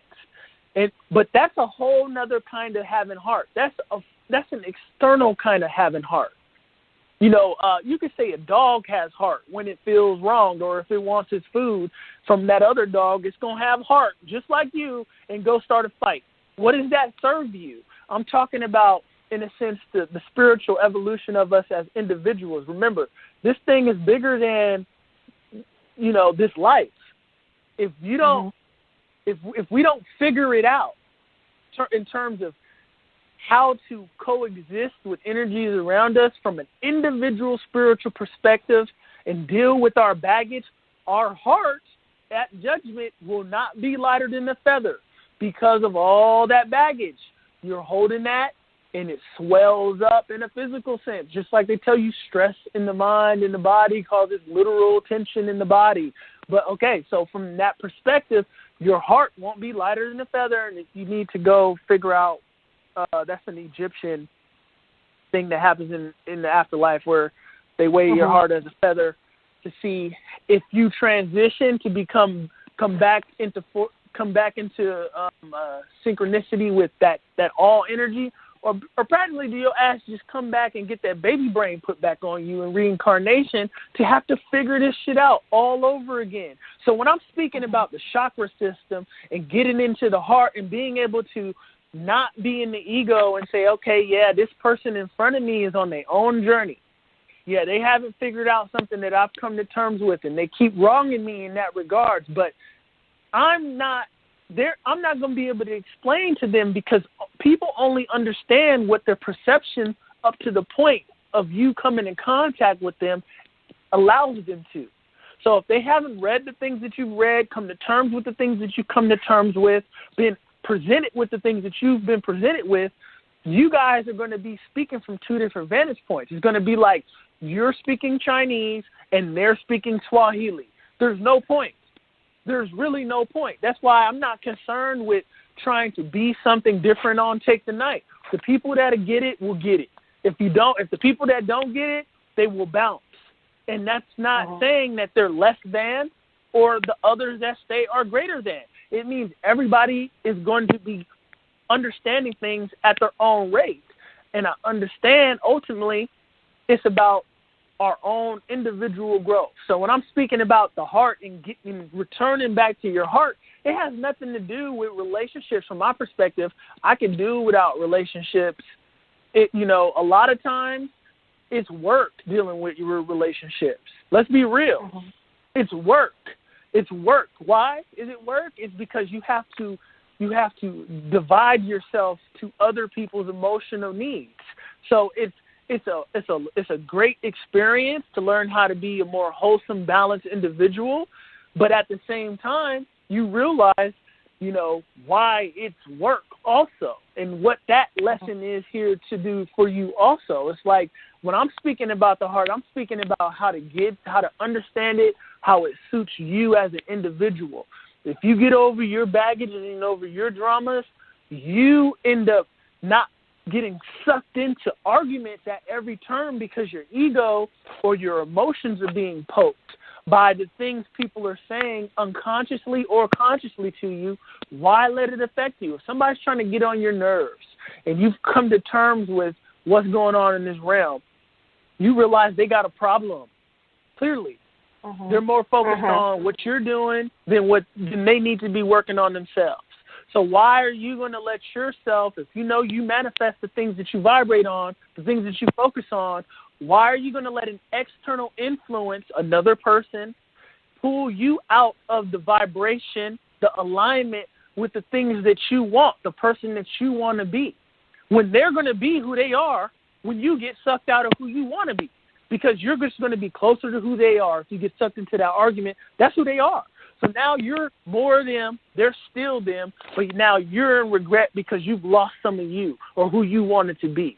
So when I'm talking about learning that compassion, that empathy, that transformation, getting into that heart chakra, why I did that video on the Black Panther that I'm sure is going over so many people's heads because they're emotionally invested in the movie to where they can't understand because they got their egos and their own motives involved in what they want it to be. They won't even be able to understand what I'm saying when I say that the dude that everybody thinks is some kind of badass that they wanted to win, the Michael B. Jordan's character, he was there to show you one of the most lowest forms of a male energy you could possibly find on the planet. All he did the whole time was talk about what he wanted to do from a more angry kind of perspective. It was all rooted in anger, and it seems powerful the most, right? But he lost, right? He lost for a reason. They always lose if you haven't got that. But since we like to glorify that badass, not realizing that they always end up dying, it's like Tony Montana. People like to try to say he was some kind of badass, but when I watch the movie, I'm like, that's the dude you don't want to be. Because everything went to shit at the end of the movie. He lost his best friend, who is the only person that had his back. Through his drug habit and his insecurities through that drug habit and his insecurity with his relationship with his sister and his friend dating his sister, he kills the only person that cares for him and that'll truly protect him. Then he outcasts his sister because now she hates him. So now he's lost family, and now he's dealing with a whole bunch of cutthroats that care nothing about him, that are only around him for money. So he's exposed himself. And it's like, since people are stuck on lights and shiny stuff, they miss the story that they're supposed to see. The Black Panther was showing people that was a heart chakra movie. That's why it was a heart-shaped herb. I'm always, as long as, and that's how I know this heart thing is all tied together, because that movie came out right in the midst of the Celine Dion dreams and all that kind of stuff, and this symbol that looks like a heart, and it's all a heart chakra dreams. Is why the one panther has the blue, has the yellow stomach chakra kind of colors on his Black Panther suit, and then the one that wins has the purple because he's clashed and collided his chakras together, and he's pushed the blue and the red together, and he's became the purple. Therefore, he's earned his crown, the purple crown, because he's gone through the heart. He's able to act with force, but also know when not to act with force. Like I was telling you, sometimes standing up for yourself is you have the right to, but know when that person is an automaton. They're a zombie. So they're not going to be able to even see what you're saying. You're wasting your time. You're wasting your time. And that's why you have to know when to act with force and to know when to sit back and wait for when the time's right and work with timing and be more strategic. And that's the difference between a general in an army and the guys that are on the front line in most cases. One's more rounded, able to strategize and know how to come up with a more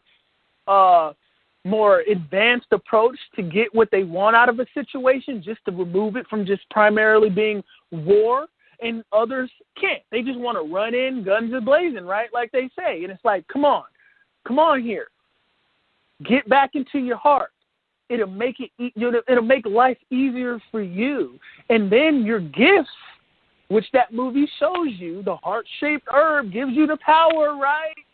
If you get back into your heart, that's the root of your gifts. You want to be successful, you want to be creative, you want to be expansive, you want love, you want to feel sexy, right?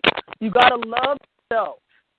It's all in the heart, not from acting out as a physical, I got heart. What you mean? I got heart. Look, I'm saying this to you right now. I got heart. That's not heart. It is, but it's more of a physical kind of thing.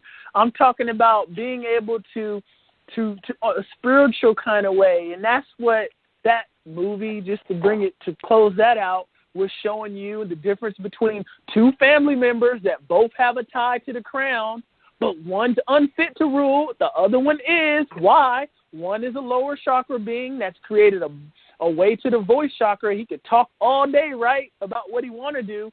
Didn't see how the world was going to be getting weapons that they shouldn't have. He couldn't even see that those weapons being out amongst the world would have caused more harm to the world than good. He was so caught up in what he wanted, right? And one good. One was more balanced. One was more rounded. But, you know, I'm sure some people still ain't going to see that because they want to be the one that has the tragic end. Before we get into the after hours, if you have a question, you can call in 215-383-5822, and you don't only have to have a question. You can just add to discussion. Again, that's 215-383-5822, and you can press 1 when you do that, and I'll be able to see you're in here.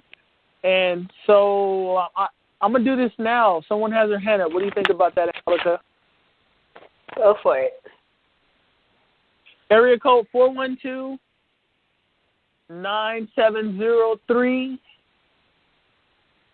What's going on? Hey, guys. Hey, Bonnie. Can you hear me okay? What's going on, Miss Bonnie? Oh, good. Yeah. Hello, how are you? Hey, so I have sort of like I'm pretty good. I'm recouping after my weekend last weekend still. I'd say I'm pretty tired. But so I have, I guess, kind of a question or maybe a clarification I'm looking for. You guys, like your point of view of this, because it's coming up a lot. That's what you're talking about. You guys were talking in the beginning about, you know, giving without expectations and, you know, giving from your heart and then at the same time talking a lot about like the ego and knowing what you're worth and not, I guess, like succumbing to other people's, like you were talking about arguments and not getting sucked in and not explaining yourself because it's not worth your time. And I almost feel like it's a little bit of a hypocrisy in a way. And I'm hoping maybe you guys can clarify so that I don't necessarily feel that way, or maybe, I don't know. Okay. What I'm getting let me at jump is on like, this, Angelica. Go for it. So what you're saying is if let me see. So since having self-worth means not standing up, not putting up with things that you don't want to put up with, how does it at the same time mean sometimes you should just bite your tongue? Is that the hypocrisy in it? That's part of it. So here's my example. So for me, like in my quote-unquote biz venture right now, like part of what I do is like business, but I also give to people that need it, hoping that it's going to help propel them forward because I like seeing other people be successful. I love seeing people happy. So I do have expectations and I do want to get something back, but it's not necessarily like them giving something back to me, if that makes sense. And on the flip side of that, like sometimes, I have that one friend like Angelica was talking about that all she does is complain, and she's been in the same situation for like the last 12 years with the same guy, and he's horrible. And I hear about, and I actually had to somewhat cut her off because she was draining the hell out of me. Like it was like, I've already told you how I feel about this about 756 times, and I'm telling you one more time, either stay away from him or I don't want to hear about it anymore. Like, and I had to just put my foot down. But like in the beginning, it seemed like I was being the quote unquote good friend because I was letting her vent and, you know, get her frustrations out. But in the end, I had to stand up for myself and say, okay, you're sapping energy that I don't have. So I'm a little bit stuck in feeling like guilty where I'm giving to people and I am expecting something. Okay, let me deal with dealing with trying to receive things in the world we live in terms of like, you know, gratification from the works you're doing. Like you're in business or something like that. You want something in return. Okay, so there's no hypocrisy in it when you realize you get what you put out, right? So it's from the perspective of a lot of times people realize they say things like, okay, somebody always wants something from me. But it's like, are you somebody that also always wants something from somebody else out of any given situation? Are you only supporting people because you see that you might be in business with them or get some kind of benefit from them? Or do you just do it because it's cool? There's a difference. Like, the motive is if you do things just to show love, like with your kid, right?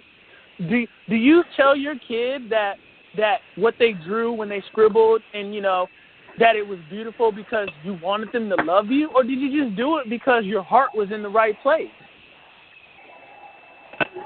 Okay. You see what I'm saying? Like, no, there's a difference. Yeah, that makes sense. There's a difference between doing something because your heart is in the right place. Like, if I say, like, if my sister shows me something, I'm gonna say it's cool, not because I want her to give me money or work with me. I'm gonna do it because I want her to blossom, independent from me. Like with my woman, I tell her, like, yo, if we don't end up being together forever, which is not in my conception at all, but the one thing I do to make this not a waste of time for you so I can feel good is please take something from my spirit, from my mind, because that's the value that I feel I have to offer for you. And I don't mind you taking some of that and going on and using it in your life independent from me. When most people, they're like, yo, you got to be with me. You're with me, or you're not with nobody. I'm not going to help you if you're not with me. Or because they need to get something out of it. You understand? Like people only, for the most part, most of the time, like for example, if you're supporting your favorite musician, you're supporting your favorite musician because you like them. They're giving you something. But have you ever supported somebody who you necessarily, it's not for you, but you'll still support them because you realize the life journey is people need to confidence. When you're putting yourself out there, in this world where there's not too many opportunities for someone to say, yo, keep doing that, everyone's giving you many opportunities to be discouraged. When you understand that, you get what you put out, right? So, yeah, you don't necessarily want to say, I'm going to support everybody because I want everyone to support me, but just from your heart, to just have a pure heart. Like when kids are sharing on the playground, they're not saying, okay, now tomorrow you have to give me something. It's in their natural being. It's only later on when everybody starts probing their mind with these ideas to where they're like, okay, now give me something. So there isn't, like, I can see how you can say, like, how anyone could think there's hypocrisy in it, and which there is in everything. I mean, we're floating in the galaxy. So, that's a little weird in its own sense. But there's always exactly. two sides to everything. We live in a dualistic plane. So that's why perception is everything. It's where your vantage point is. So, like, in this dualistic plane, from one person's perspective, they're like, yo, I'm gonna only help people that help me. That may work for them. But you can guarantee the laws of the universe are going to have that person feeling like at some point they're being used. So the way to get around that is to just be somebody that's willing to extend a hand. It's like when you used to watch a movie where, there's an old lady and a man says, let me help you across the street. Does he want money from her, or is he just doing the right thing? You see, we don't know how to discern anymore. Like there is no, to just do the right thing when it's presented. For example, like I'll see people in uniform that serve, right, in a place where we know where it's commonly said that these people are serving for your protection so you can have your freedom, right? Do you know how many times I see people walk by, people in uniform, and don't say thank you for your service? Now, when I say thank you for your service, is it because I want them to give me money or I want them to continue to protect me abroad? No, they've already signed up for that. It's going to happen regardless. I'm doing it because it's the right thing to do. Right. Now, regarding your friend, now let me try to touch on him real quick because you touched on regarding your friend. Now, from the perspective of, okay, just like a general, remember, a general knows, a general is a general not because, or statistically, or supposed to be not just a general because they knew somebody. They're supposed to have qualities that have led them to possess that title. They got to be rounded. So when it comes to dealing with other people, right, a coach, a head coach, dealing with other men or other women under you, a CEO, these people got the game fucked up. Everybody wants to be a boss, but they don't realize what this entails. It entails being rounded enough to know how to act with different energies at different times and how to deal with things and to be strategic and not to be over-emotional and acting just guns a-blazing all the time. That's the difference between the soldier and the general. Now, when it comes to a friend that's always perpetually just on that same tune, it shouldn't take too long before you realize that they're not really searching for growth. They may talk about it from time to time, but when they're alone by themselves, they're not trying to actually create a straight line and hold themselves and tune themselves to a way. It's clear. They're going to need, like it's kind of like somebody who's doing some kind of drug that makes their teeth fall out. They may need every tooth to be gone before they realize they need to change.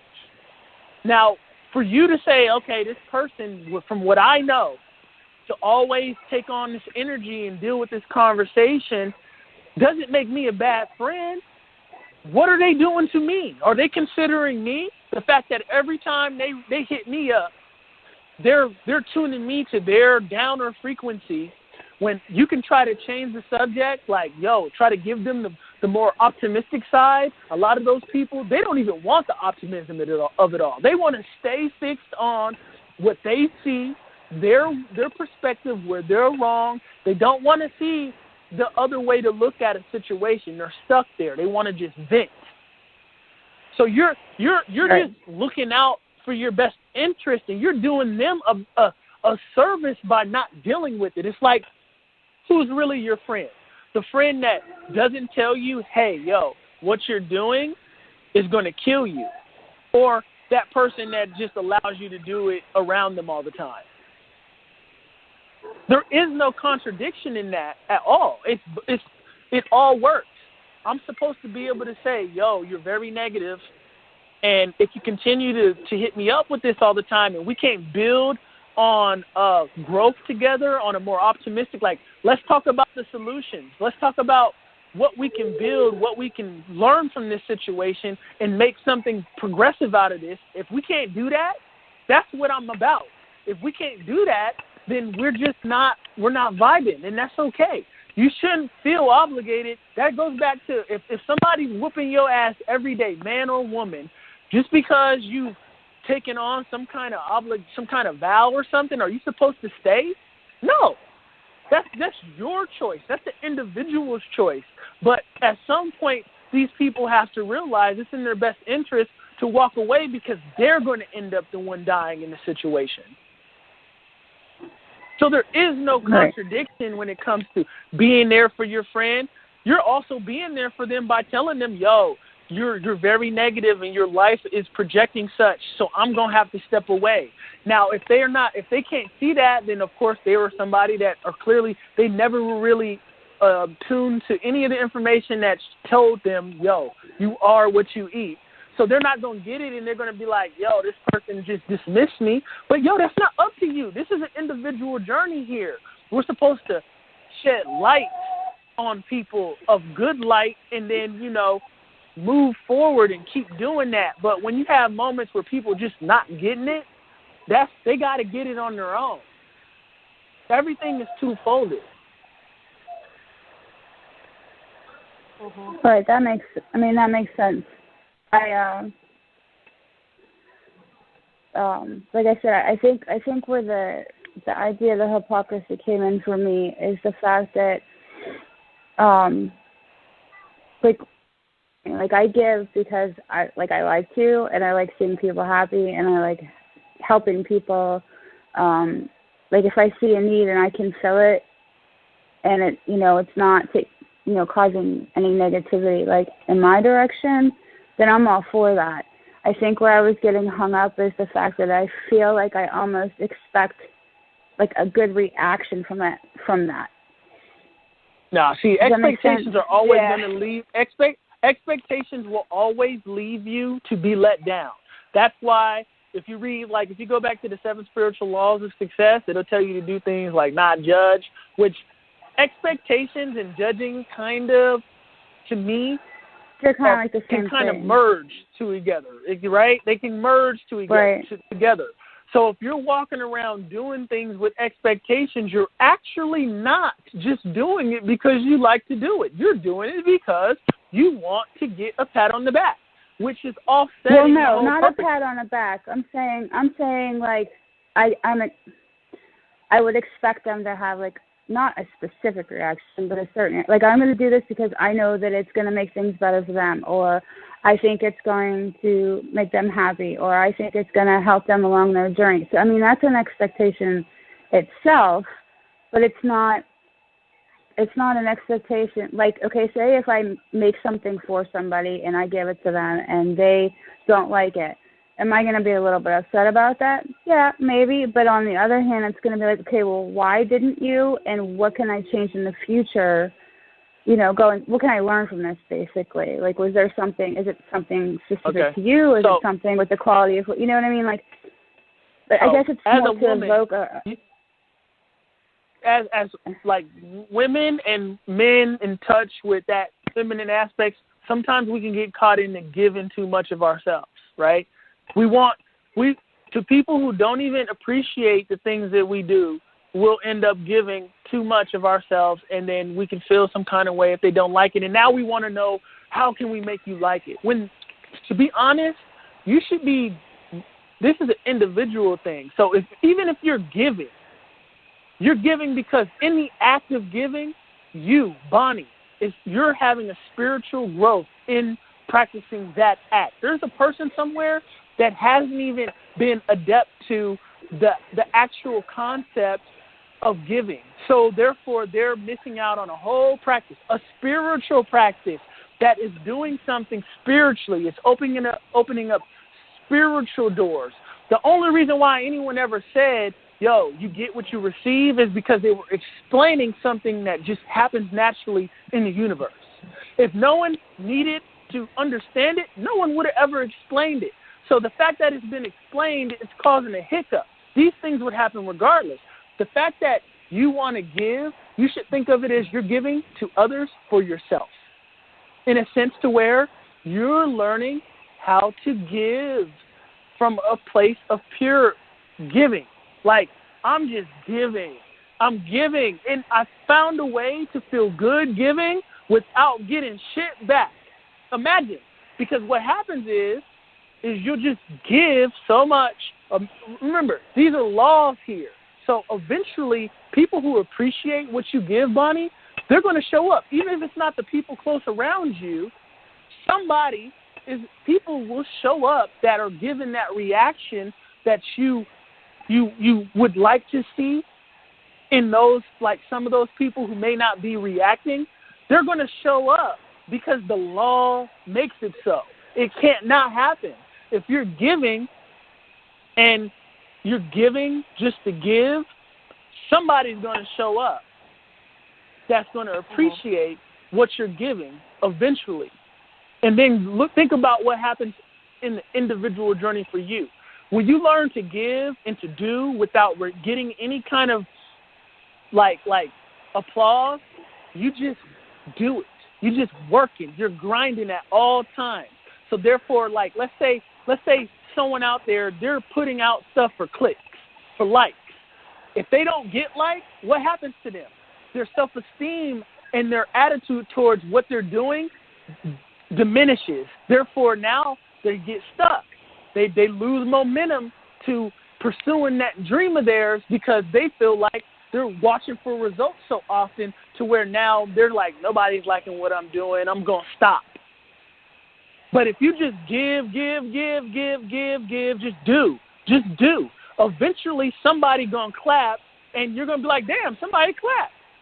And damn, somebody else just clapped. Have you ever done enough research on people to see, like, a lot of people, they end up with success and they didn't even realize, like, what they were doing was warranting any kind of gratification. They were just doing it, and they were like, I never saw myself. I didn't think anyone was going to like what I was doing. That's the law taking effect right there. They're just not knowing how to explain it because they might, these things happen to us inadvertently, meaning a person could be practicing these things with no idea. So there's a person somewhere sitting around, they like to draw, they're just drawing, they're just putting it out there, sharing it, have no expectation whatsoever, but yet people like it. More people are liking it. And then, people like it now. And all along, they didn't know what was going to happen out of it. There's a difference between that person and that person that's simply seeking attention. They're just doing it because they want to be somebody. They're like, I want to be a personality, so I'm going to do this. And they're trying too hard. And then they get sucked into gratification. Therefore, you see how, like, a lot of times they tell you most people who have been in the public eye have a hard time when their time is up because they got addicted to the applause. When you get addicted to the applause, you're no longer doing it for yourself. You're doing it for the applause. So when the applause leaves, what happens? You're going to go into depression. Your self-worth and your value is going to diminish. You have none. It's all false. It was all built off of false pretense. It was all an illusion. Your confidence was based off of external gratification, which there's nothing spiritual in that. Everything I tell you that you need to do for yourself, do it to build confidence. When you put yourself out there, do it to become stronger as an individual. Like, I had a problem giving speeches at some point in my life in, like, middle school, to speak in public, right? So to speak in public was more of a individual self-growth evolutionary thing more than it was me just wanting to talk to people. It actually feels uncomfortable in the very act. I'm just doing it because I'm conquering my own demons. You understand? Yeah. So that's how you should look at, like, when you're doing things, you should be doing it from the perspective of what demon am I conquering right now? Because soon enough, if I keep doing this, boom, that's gone. I don't have that hiccup no more. I'm that much more of an efficient being in regards to speaking in public. Okay, if I have a problem sharing things that I make, boom, let me start making things and sharing it. The more and more you do that, the more and more that doesn't affect you anymore. Boom, that hiccup is gone. I'm that much more efficient in that area. Put the two together, speaking in public and sharing something you made, a presentation. You're a businesswoman, you got an idea.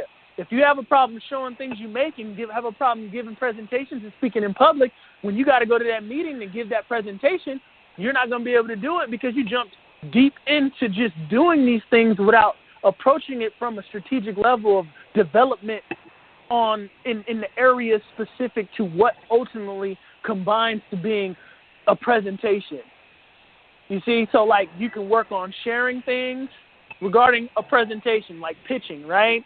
You can work on sharing things you made to just people around you. Then take it outside of that to people in the world. Then what happens? Okay, now you have a problem speaking. Speak in front of people in the living room. Then speak in front of people somewhere else. You see, when you just start doing these things, speaking it from the perspective of growing, then every benefit that comes out of it, because, you know, everything everyone makes, somebody somewhere is going to gravitate to, because there's something for everybody. That's why getting hung up on sounding like or looking like another person is really irrelevant and suits you or the individual thinking like that none at all, because you're just ending up a clone, and if that person fades away, so do you. So ultimately, you should be thinking about, you know, what inside of me do I need to build on? There's a spiritual thing, and then there's a physical representation of that. If I have a problem with confidence, right, as an individual, me, boy, and then that's going to affect me speaking when I'm speaking to you, or if I'm speaking to anybody. So if I've noted that problem with confidence inside of myself, I say I need to work on that.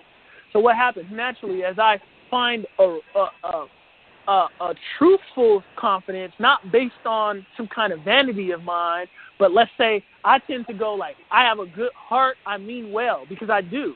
So I'm always tethering my actions from the fact that I know that I mean well in my heart. Regardless of what anybody else sees, I know that I mean well.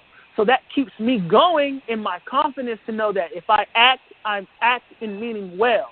But what happens is as I continue to act, I act and I get better at vocalizing my actions. Therefore, in the physical sense, I get better at vocalizing my ideas. But ultimately, it was only to become a better spiritual being, not the other way around. A lot of people are looking for success and money to feel like they're better inside. And then they realize if they ever do get that success and money, it didn't really matter at all, and they fall to substance abuse because they're trying to get over those things that were going on inside. And now they have access. Instead of, you know, working on those things inside, then getting all that access, which you would be in a better situation, because this is a lifelong journey of working over our demons. You know what I mean? Yeah. You understand what I'm saying? I should have. Yeah, I'm just thinking. I spend a good deal of time at home with two little ones. I mean, the older two are here, obviously, when they're not at school. A lot of time in my head, my own head, because conversations with a 4 and a 1-year-old only go so far. So I think I should have probably phrased my question differently and asked, does it make me a hypocrite to want to evoke some kind of emotion, or even in myself and giving? Like I said, when I give something to somebody and they like love it or whatever, or they're super happy, it evokes like almost like an adrenaline rush where I just want to keep doing it, because it's like, okay, I want to make this person happy, and I want to see this person happy. I know you can't make people like happy, I said, but you know what I mean? You'll get addicted to that response instead of just acting, of non-return. You see, that tied back to what I said, how people get addicted to the applause. You just said it, that adrenaline. That adrenaline of seeing that reaction. You'll live for that. And when it goes away, where do I now exist in the world or in this family? No one's reacting to me anymore. Where's my place? Then the insecurity will come upon you. So to get over these mental demons that fall on us, they're all rooted in expecting external things. You see, because if giving, after a while giving, it starts off very pure, but once you get that clap, it's like, ooh, that felt good. And then you get 2 claps, ooh, that felt good. 3, oh yeah, I'm loving this. But then when they go away, damn, like, where's my value? Okay, so let me ask you how this. Okay, that ties in too, because I'm going to do it regardless. If I make something and somebody doesn't like it, that doesn't mean I'm not going to go and keep, like, stop giving stuff to people. Like, that would just be stupid, because it's because, like you said, like, I really do initially have those intentions of, okay, I can help this person, or I see something that they need and I can do that. Or, I mean, I actually tend to overcommit myself, because I'll be listening to different conversations throughout the day, or something's going on, and I'll go, oh, I can help with that. And by the time I get responses back, I'm like, shit, I don't have enough time to do all these things. But, like, and I just totally lost my train of thought. I hate when that happens. Now, if you want to evoke good feelings in people, you're doing a good deed. Yes. To give some clarity on that. Like, remember, intention is everything, right? So you're doing a I think service that's why my to the wording world. was messed up. Yeah. You're doing a service to the world and to anybody that comes in contact with you if your intention means well. That's why I said, remember, with me, I know my intent is always from a good place. But see, I don't focus on the response as much as I do my intent. I focus only on my intent, because if I focus on the response, if you're not getting a response, you get discouraged in your intent. That's how some become bitter. So why? Right. Oh, see, what I'm doing is I'm rewriting the algorithm for you, in a sense to where it's like, okay, if I want to invoke this reaction in people from a good place, but what happens to most, that algorithm is just simply that. If they're not getting the reactions they seek, bitterness can come. You can become like, feel like maybe I'm not doing this right. Maybe maybe I'm not good at what I'm doing at all. These things that cause more of a hiccup in your mental, your psyche, now take you off of that path of good intent, and it gets all clouded with all this other shit, these insecurities. So to what I was saying, because I understood what you meant, but I jumped over the return, and I tried to just clean it up in a sense to where I'm like, focus on your intent and how it serves you as growing as an individual, just by the greater good of transitioning out of this planet.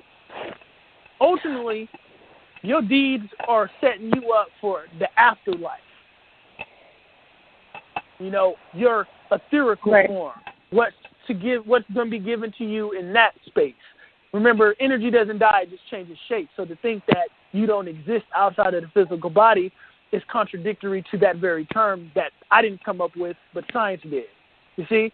So thinking, to know that is a real reality, and to have that in mind all the time, to now root your intentions from the place of, okay, I want to just grow as an individual, and as my intentions clean up and they become more pure, then I become a light to the world instead of a darkness. Therefore, the reaction is going to come, even if it's through people. I mean, I make a lot of stuff. I do a lot of stuff, Bonnie. I don't get all the applauses, and that's cool. I haven't stopped. I'm not going to stop. I'm doing it for me. Every time I do a Take the Night, I feel like I'm better in terms of my attributes, and I've done something that I'm not a leech to the planet, right? I'm doing my part in not leeching. Yeah, see what I'm saying? And I just want to add, just like, what Boyd was saying, is like he doesn't do it from himself, but the other thing that I know Boyd does is that he applauds himself. And that's something that a lot of people miss, in that, when they give something, they are, they give it like, okay, my intentions are good, I'm going to give it to this person, but then they stop at, giving that further reaction of like, I am proud, I'm happy that I did this, I know I'm helping this person, so I'm going to give myself a pat on the back. Regardless of anybody else gives it to me, I'm going to give it to myself because I did an awesome freaking job. And that's where you really kind of have to focus. And that's, where I can understand why, Bonnie, you have this hang-up, is that because, you're not giving that part to yourself. So therefore, you get it from others. And it's like... See, I think I have a mix of that. Like, I think, like I said, I have a lot of time, like, during the day where I'm kind of in my own headspace. And I'm going, okay, so I know I really wanted to help this person. I did that, and I felt really good about it, and they felt good about it. But wait, does that make me a hypocrite? Because I was expecting them to, kind of wanted them to feel good about it, and they feel good about it. Like, does that make sense? Like, it's not anything I'm necessarily getting externally. It's not. But it's not. I'm overthinking it. Yeah, and that's an issue too. Is like, like Boyd would say, just do it for yourself. When you do it for yourself, and that you did a great job, and you are, giving yourself that appreciation and that recognition, when it comes from somebody else, it amplifies your own, so there's nothing wrong with that. It's like, you know, when I made the piece for Boyd, it's like I was super proud of it. You know, I was excited, you know, and once he got it and he felt the same way, it only amplifies the feelings that I had even more. That's why I was so excited of, you know, all the pictures and videos and stuff. I'm like, oh my God. Okay. So it's the same thing. It's like those feelings that you're getting from others that match yours only amplify it more. So, you know, you just have to get used to the times that you don't get it. It's like, okay, this person isn't, you know, telling me I did a great job, but I know I did a great job, and I don't need their validation to confirm or affirm that I'm doing a good thing, because you know in your heart, like Boyd was saying, your intention, you know, what you set out. So nobody can take that away from you, and nobody can, you know, lower that unless you allow them to. So, you know, it's not hypocritical. It is not, you know, there's not anything bad from feeling, you know, proud of getting recognition from somebody.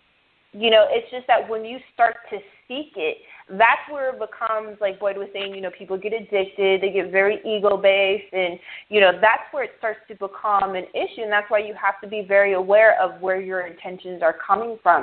Is this really for you, for your own, you know, self-healing and benefit and growth, or is it because you like the feeling that you're getting from doing this specific thing? And, you know, and that's where... That's like such a fine line for people. Like, that's why I even asked the question, because I'm like, am I a hypocrite for feeling good about making people feel good, basically? And it sounds silly, but that's exactly where I was starting to, like I'm following Gary Vee, and I'm following some of these other motivational speakers, and, you know, that they're all talking about, like, that's like a trend right now. It's just kindness, and giving without expectations. And I'm going, but I do have expectations. Like, I expect that I'm going to feel good if I do this. It's like, okay, does that make me a hypocrite? Am I not supposed to feel good? You know what I mean? Like, it's like I said, because you're doing the same thing that a man or a woman does when they seek happiness in their other person because they're missing something inside of themselves. Like, you shouldn't do it to feel good after you make other people feel good. That means that you only feel good, or will only feel good, once you've got clarification that you made someone else feel good, which means if you were a computer, that would be looked at as like a flaw in your operating system, because you need to be able to operate independently of external sources efficiently. Right. And like I said, I think that's why it's such a fine line for so many people where, I mean, and why I asked for clarification, because it's like you were saying, it goes back to intent. Like, take it back to you. Take it back to you. I'm doing it back to, like, I'm doing it because it makes me feel good to do it, and I know it's the right thing to do, not because I'm expecting them to also feel good about it and want more of it. Or I guess that's like a crude explanation, but, like, I get it. Or the algorithm that I will use is I'll be like, I'm giving because it makes me feel good. It doesn't matter how it's making them feel. It's like, you got to switch that up, because, you know, in the moments where no one reacts, because, you know, sometimes in the round, people intentionally don't react because they're tired of you being so damn good at whatever it is you do. So they're like, I'm not going to give them the benefit of doubt, or I'm not going to give, you know, and you know, that's where you need to be able to, like Angelica said, know that you are good at what you do and you're doing a good thing. But at the same time, that's where the ego can get inflated when you that's why, you know, I all the time get back into my heart. Remember, you said it. I get in my head. I started off this show. Well, we didn't start it off, but eventually I segued into a symbol for a reason. I didn't just do it for no reason. It ties into, I touched on that very thing you said with the Sankofa symbol. It means go back and get it. So to go backwards, when you say you're in your head, and you know the head is one of the top chakras, and that's mentalism and intellect and thinking and all that kind of shit, going back to get the heart, which is what that symbol looks like, means that's why I brought that up. Go back to your heart, because a kid, if you observe a child affection deprived, they do shit just to do it. They're not looking for your gratification or nobody else is. If they're drawing, they draw because they like to draw. They like what they draw, and the fact that you like it is just a plus.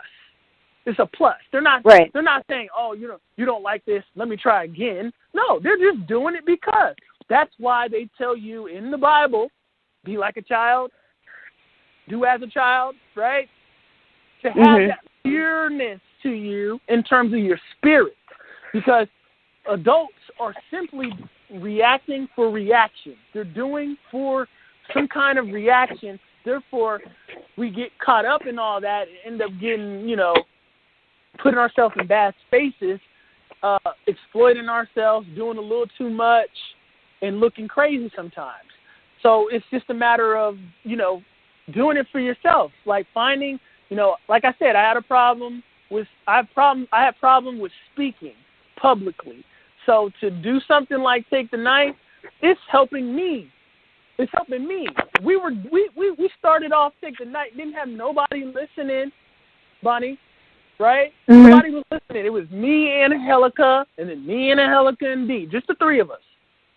So I decided to create the show, to improve on an aspect of myself. The fact that you're here just makes it that much better. But, there's going to be nights when you're not here. Does that mean we're going to stop? No, we're going to keep it going because, you gotta find yourself in everything you're doing and figure out where it's benefiting you. And then when you pat yourself on the back for what you're doing, and when you pat yourself on the back, always to make sure you don't lose touch and get into your ego, always stimulate your heart. And that's where music plays in. Music grounds us. See, people, since music has been institutionalized and monetized, no one remembers that these are spiritual tools. Music, frequency, is vibration. So you can use the music, which is why I talked about Sade or Celine Dion, because I was getting these channels about the heart chakra, because everyone is external and in their head today. So to get back to the heart, play, like if I'm feeling there's times where I know everything in my bones, Bonnie, knows that I'm one of the illest motherfuckers walking on the face of the earth, right? But I also know that if I keep that vibration, I'm going to cause a problem for myself. So what I do is I ground myself. And I want to always think like I haven't figured it out. I need to just work and keep working at whatever I'm doing, because that feeling like you are like just the greatest motherfucker on the planet will cause some kind of stagnation at some point. So right, because you're content and you're complacent and you don't think you have any room for improvement. So it's almost like I'm really, really good at what I'm doing. I'm doing a great job for where I'm at, but I know there's always better for me, basically, right? Exactly. And that confidence is in the head, ego. It's in the mind. So when you're feeling like too good, it's an ego mental thing. It's a mentalism. You're justifying why you're so good. Who does this like me? Who does that like me? I won this. I won that. I must be this, right? So that's why I started off with that Sankofa symbol. Go back and get it. Get what? What does the symbol look like? The heart. Go back to the heart. What do I do when I do that to ground myself? I play heartfelt music, because what it does is it reminds me what matters. My heart, how I feel. And when you get back to how you feel, that's where the ego gets offset. And then you find yourself back at a balanced place to where you can actually do some kind of good for yourself and those around you. Because if you just feel like you're the shit all the time, it's going to come across that way. And even when you're trying to help somebody, they end up taking offense to it. So you got to ground. Right. Well, I learned to ground myself using music, which is a tool. That's why I tend to make music that from vulnerable spaces in me. Therefore, I'm always keeping myself grounded with my own craft.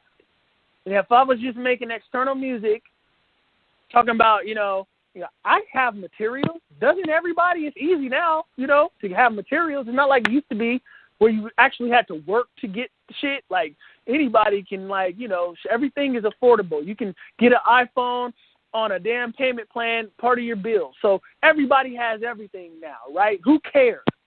Who cares? Let's take it back to what people missing now? A heart, from the perspective of what it feels like to act from it, to have to be a spiritual being that actually, moves with a nice vibe to them. The one animals like to be around, not the ones animals is running from and growling at. That's how you tell what's really going on, unless that animal has a problem. But what I'm saying is I use my music to keep me grounded, or other people's music that is of a grounding nature. Because if I just consume, I'm external, I have eyes, right? So I'm a physical being, I'm a spiritual being in a physical world, in a physical body with eyes that always look outside of me, receiving all this external shit all the time. Beautiful women, beautiful cars, beautiful sounding music, talented people. You begin to become a cube of an external based kind of thing. So a good way to ground yourself is by the music, or by petting the animal, showing that love, or to kids. Some people use their children if you have children. But to ground yourself and pat yourself on the back, also, like Angelica said, because that was key, and I wasn't touching on that. I know who I am, but I also don't keep that present at all, because then I wouldn't do anything. You know what I'm saying? No one would do anything. It's like, especially when you understand that one of the most basic and important spiritual principles, to realize you have nothing to prove to nobody.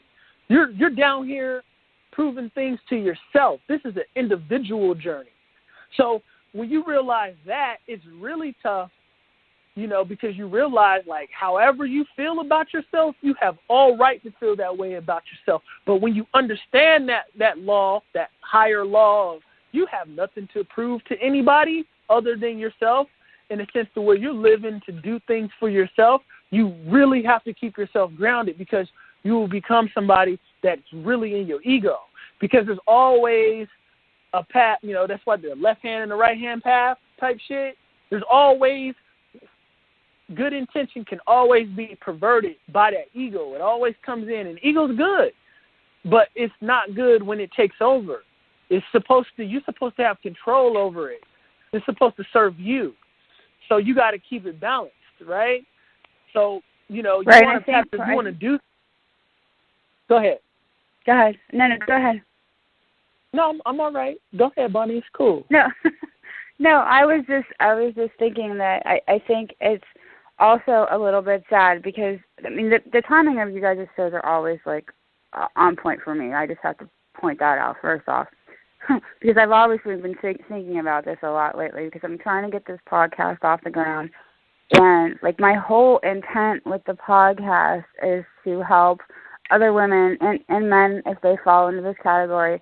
But I got stuck with chronic illness, I told you guys, 6, 7, 8 years ago. And it turned my entire world upside down. Like, everything that I knew about who I was completely or who I thought I was, I should say, was completely just thrown out the window. And which is a good thing. Give from a place. Well, yeah, it did end up being a good thing, because I went through phases where, I gave from my heart, and I had a point in time where, I was fortunate enough to have, more money than some of my friends, and I gave at that point, financial things without expectation, you guys need help with this, okay, and then I realized that was actually a bad thing for certain people, because then they start to depend on that and not help themselves, and it's there's a lot of back and forth, and a lot about putting yourself back in check, and a lot of putting yourself, making sure that you're balancing things. But the one thing that happened in a negative way, for me, after the first, I'd say, year or two of being sick, I got really frustrated with the people who were closest to me, because I was always doing things, I started to realize or think about the fact that I was always just doing things just to do them because I was trying to make other people's lives easier or make it better or whatever it was. And then when I would ask for help, I was getting all this kickback, and it was like I started, like you said, the resentment. I was getting angry with people, because it's I really, really need your help. And then I started saying, well, I did this, and I did that, and I did this, and then you're not even going to help me do this. And it's a little bit different when you have kids. But at the same time, or kids that can be doing things for themselves, I should say. But at the same time, you just put me on really something with that. into that. What? You just led me somewhere with that. Now that makes me want to touch on knowing when you're giving your energy to the wrong people. And I don't want you to tell me who the people are or none of that kind of stuff, because I'm not here to tell you those kind of things, right? But it goes back to self-worth and how, Angelica talks about setting boundaries, and we talk about sometimes you got to cut people off because we tend to give ourselves to the people who don't appreciate it. And it's some kind of flaw in humanity. Like, it's like, like I notice young sometimes that the chicks like the dudes that don't give a fuck about them, don't even care about them. They chase them, right? Only when they get older do they realize, wow, I should have been after this kind of cat. So it's part of the human condition to give ourselves or want the attention to people who don't even deserve it, don't even deserve your attention, don't even deserve your energy. And it's a matter of realizing that, who those people are, cutting it off, and redirecting it. Why? Because when you direct that energy to people who appreciate it, they give back. They give back. It's natural. You don't have to tell them. Angelica chose to send me something on her own free will. I was like, when she told me she was going to make me something, I was like, oh, that's what's up. Because, she just said she wanted to do it. And I appreciated the gesture, and I do things in my own space, right? It's only, I like it. So naturally, it was a part of something that I created in my world. So what she did, since she you could say she got lucky. Who knows? She pointed her energy in my direction, and I gave back in the way that I do things in a way, right? She didn't have to tell me, yo, boy, make this a part of one of your next project things that you create. She didn't have to tell me that. She had no idea. I texted her one morning and I said, I got a surprise for you. So and that feels good, right? That whole thing, right? Well, what you just said. Telling somebody, I have a surprise for you. Like, I'm super excited about this. And I'm really happy that, I did this and I made, you know what I mean? Like, let me tell you something about me so you can know. Like, I on my end, I'm pretty matter of fact, because I'm like, yo, this is me, baby. You know what I'm saying? This all day. I wake up this way. Beyonce. You know what I'm saying? So I'm pretty much numb to myself most of the time. So it's like, I was like, I got a surprise for you, and I chose to take all thoughts out of my mind, because then what happens is I've realized you can get caught mentally again. I wonder if she likes it.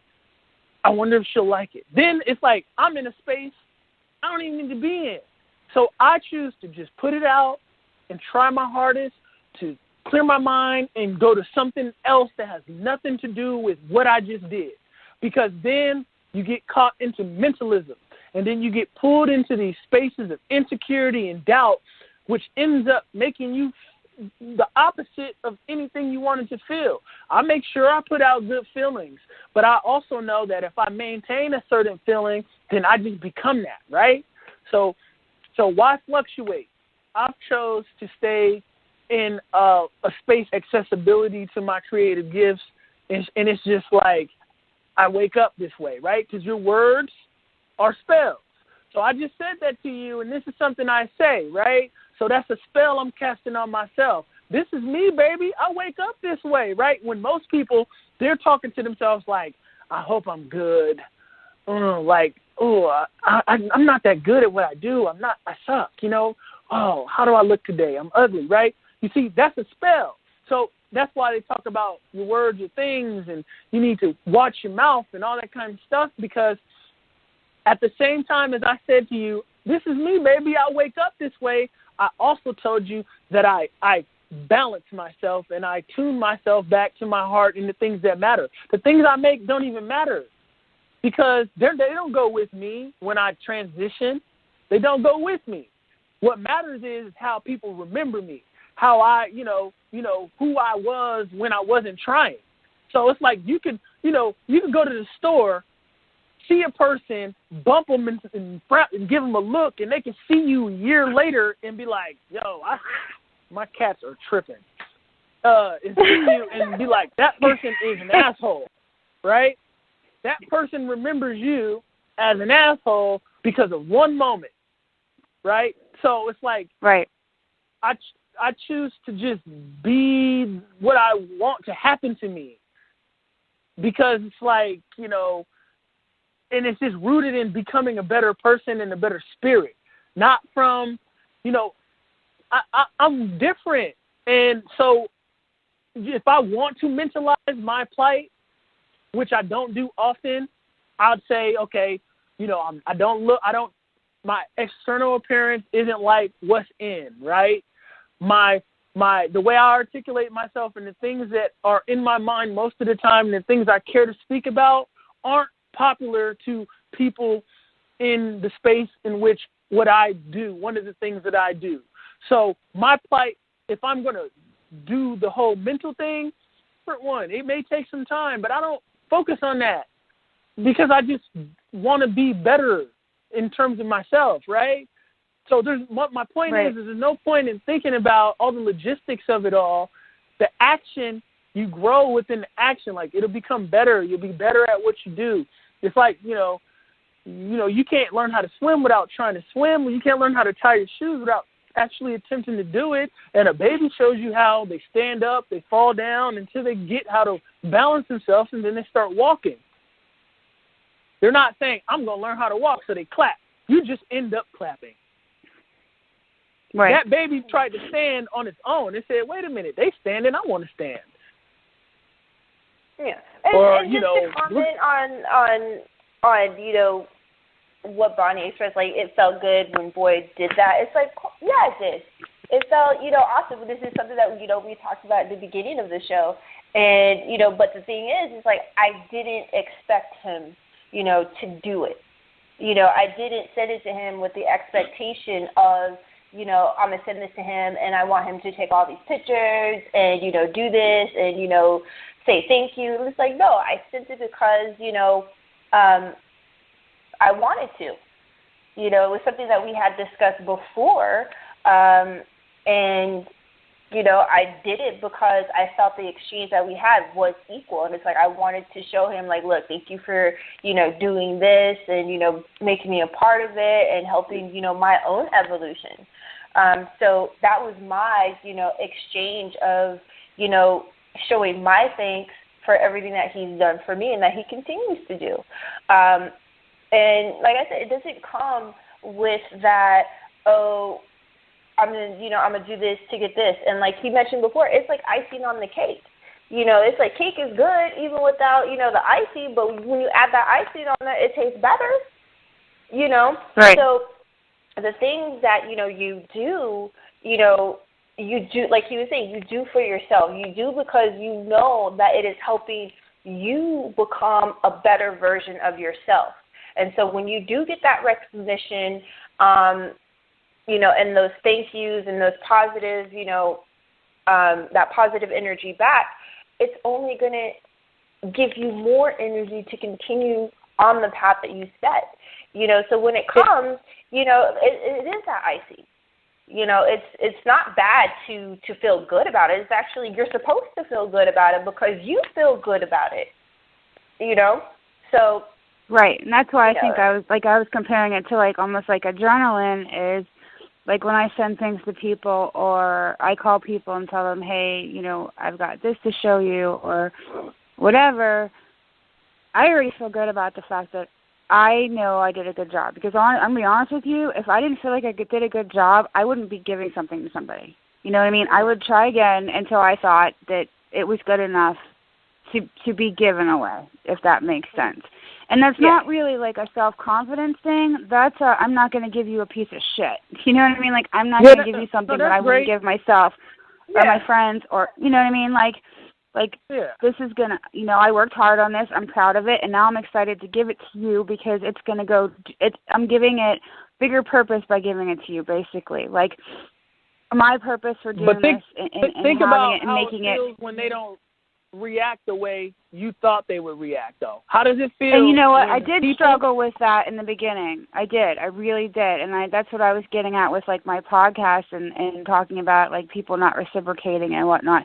I did get stuck for a while where I would be like a deflated balloon where I'm like, oh, God, like, what's wrong? Why didn't they like it? Or, what can I do better in a negative way instead of a, like, formative, growing type of way? And till I got to a point where it's like, I'm making this for you because I want to and I like to do it. And if you don't like it, then that's okay.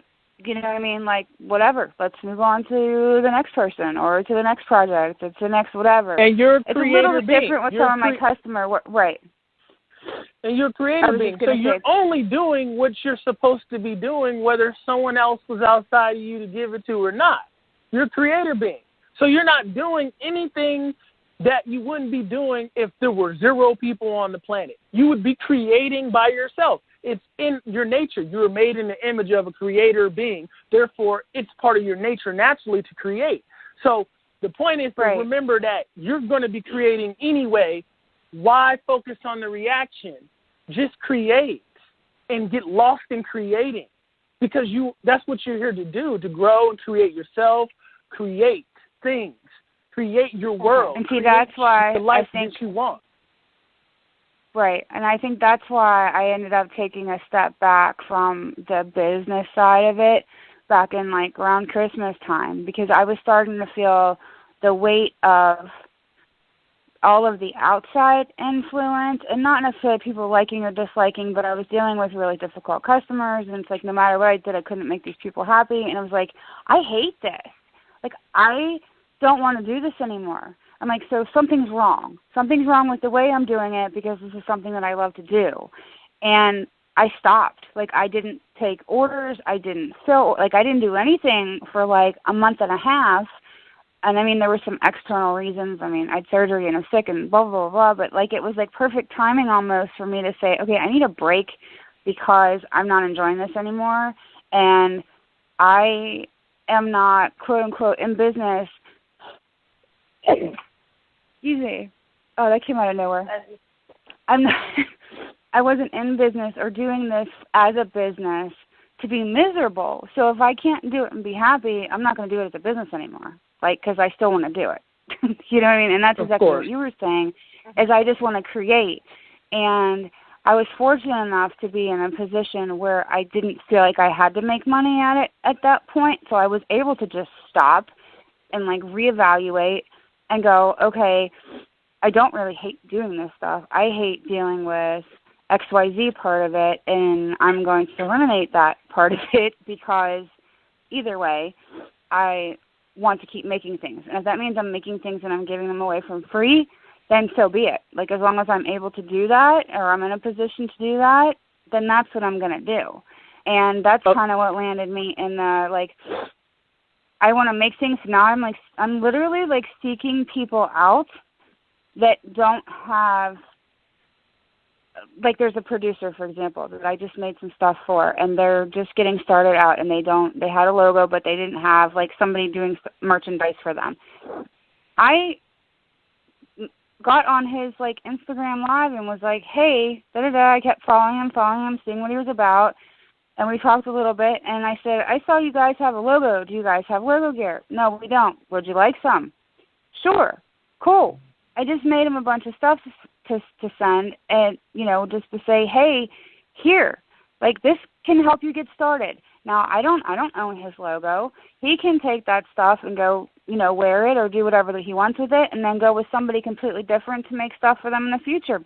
I don't care, because it was really cool just to mess with their logo and make stuff. You know what I mean? Like, but his reaction to it was, like you said, was just icing on the cake. It was, like, so super exciting to get a positive reaction that, like, I want to do even more for them. You know what I mean? Like, and just because. And there's no, like I said, there's no contract. I'm not getting anything physical in return. They're not paying me. You know, it was just really cool to connect with somebody who had an appreciation for what I was doing.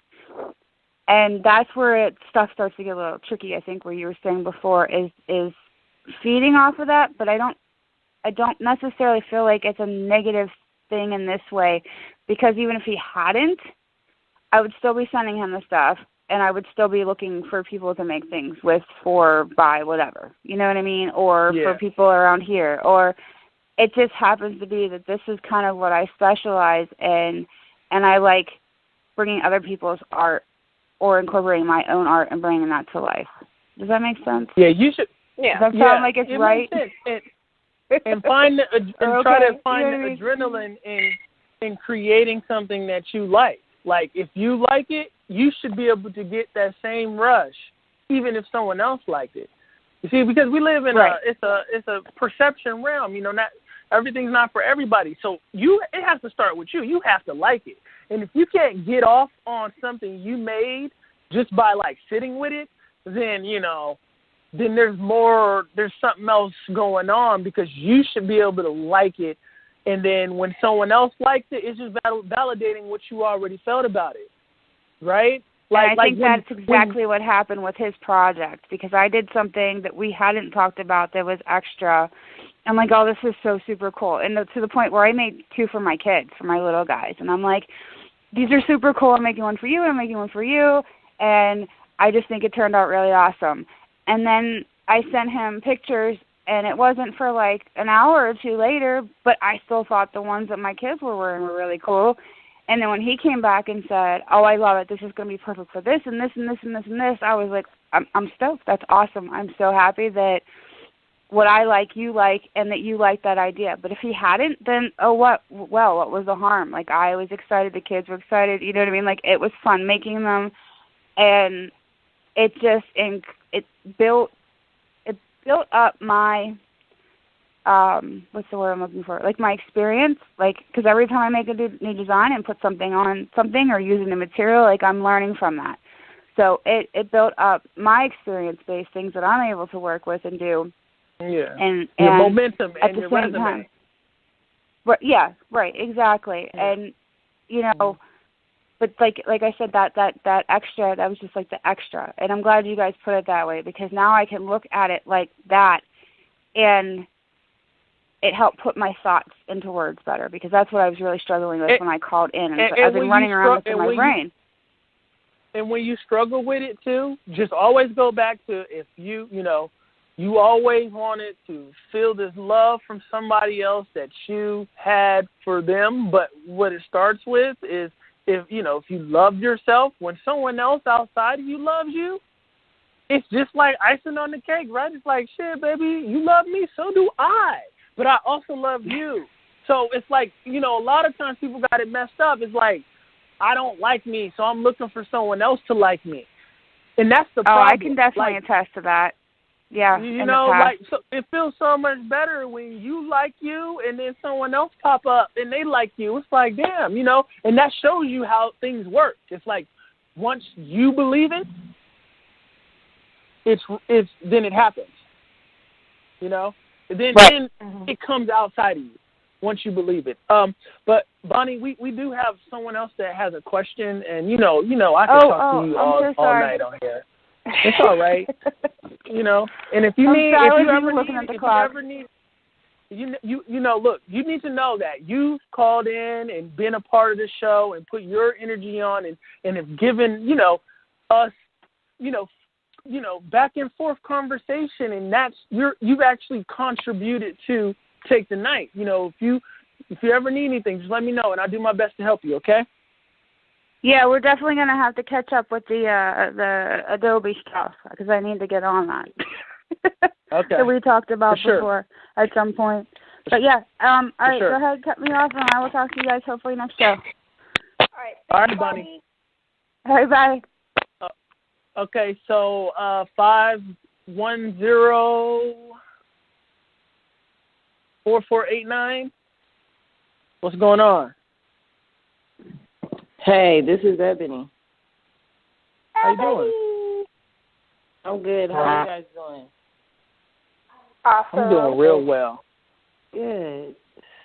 So my question, as well as a comment, was when when you, as well as when Bonnie was speaking on intentions, and when you know, when you are doing nice things for people or just nice things in general, sometimes the response is not always, you know, the same or receptive.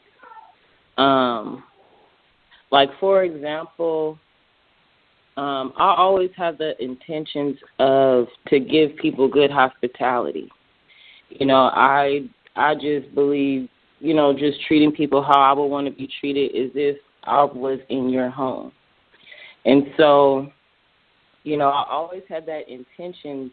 However, I've recognized that even still having that intention, that people still will use you just for what you are offering. And then pretty much when they feel like they're done, they go about their way, and then that be that. However, I had the intention, I set a good intention just to be, you know, who I am and to treat you as if I would want to be treated. So it's just kind of hard to not feel a certain type of way when initially you go in with a positive intent. But it's not always receptive. Okay. You just brought me somewhere else that didn't even come up when Bonnie was talking. Okay, yeah, so it's different. We believe but in terms it's the same, but you just brought something up in me. So you believe in like your spirit guides, like, you know, the ancestors. Something's watching over you. Something is judging all of us by our actions.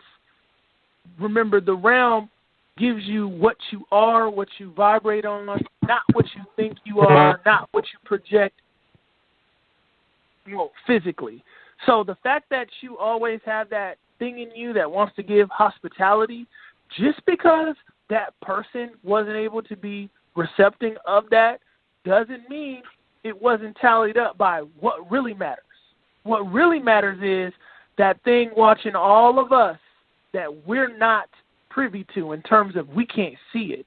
So you're doing right by what really matters, because what most people get caught up in is the reaction out of the people they're doing it for, forgetting that there's a greater thing going on that has dominion over this thing that we're playing down here on Earth. So your judgments are coming from the people day to day as much as they are coming from that thing when, you know, that's over it all.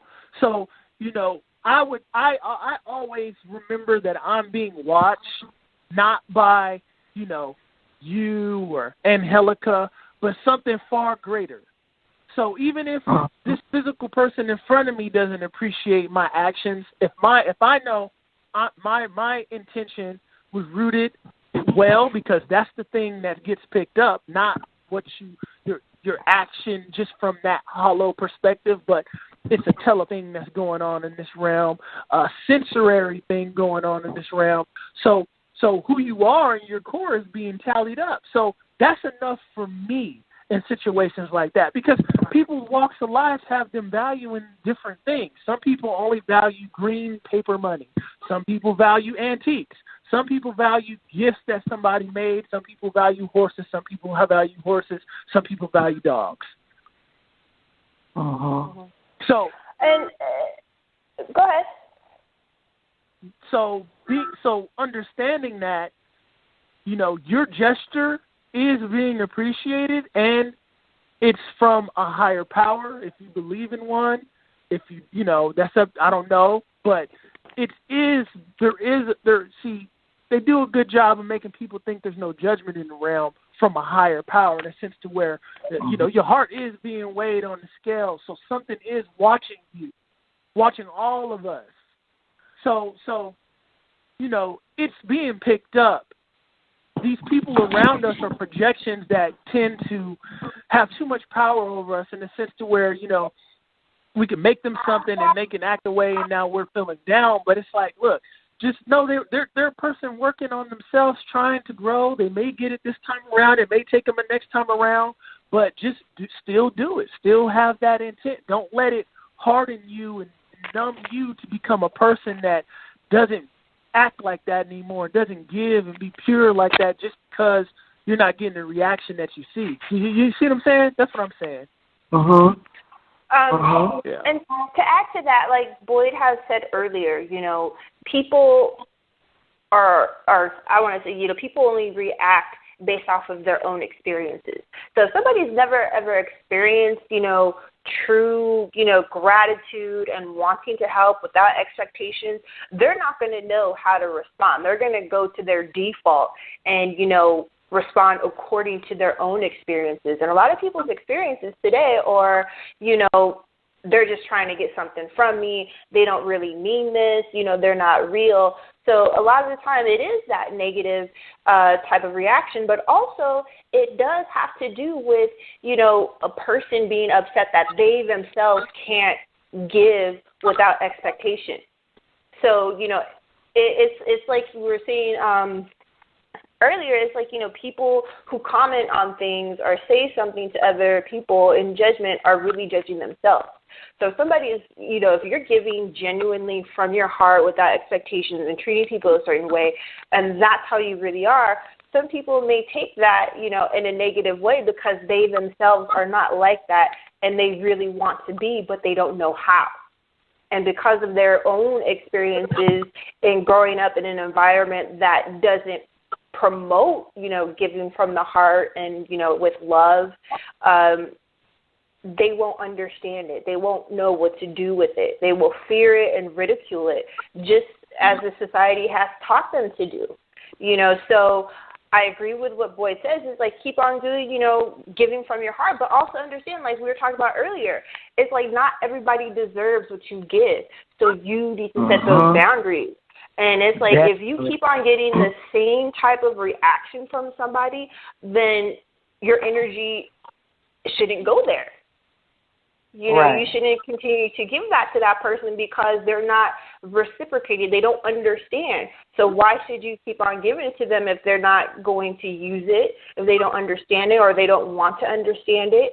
So it's like, okay, cool, I'm just going to go over here then, you know, and limit the interactions or the type of energy that I give you because you're not, you know, on that level to understand where it's coming from. So, you know, don't, you know, it's that whole, you know, kind of like seeing the bigger picture. And it's like, you know where you're coming from, what your intent is, but you don't know what everybody else's intent is. And that's why we have to be aware and really trust our intuition and saying, okay, I did, you know, and really, you know, analyzing the energy and the feelings that you're getting from somebody, because those feelings of like resentment or, you know, hostility is not from you if you understand your own energy. So it's like, if you're feeling that when you know you're coming from a genuine place of love, then that's not you. That's the other person trying to reflect that energy on you.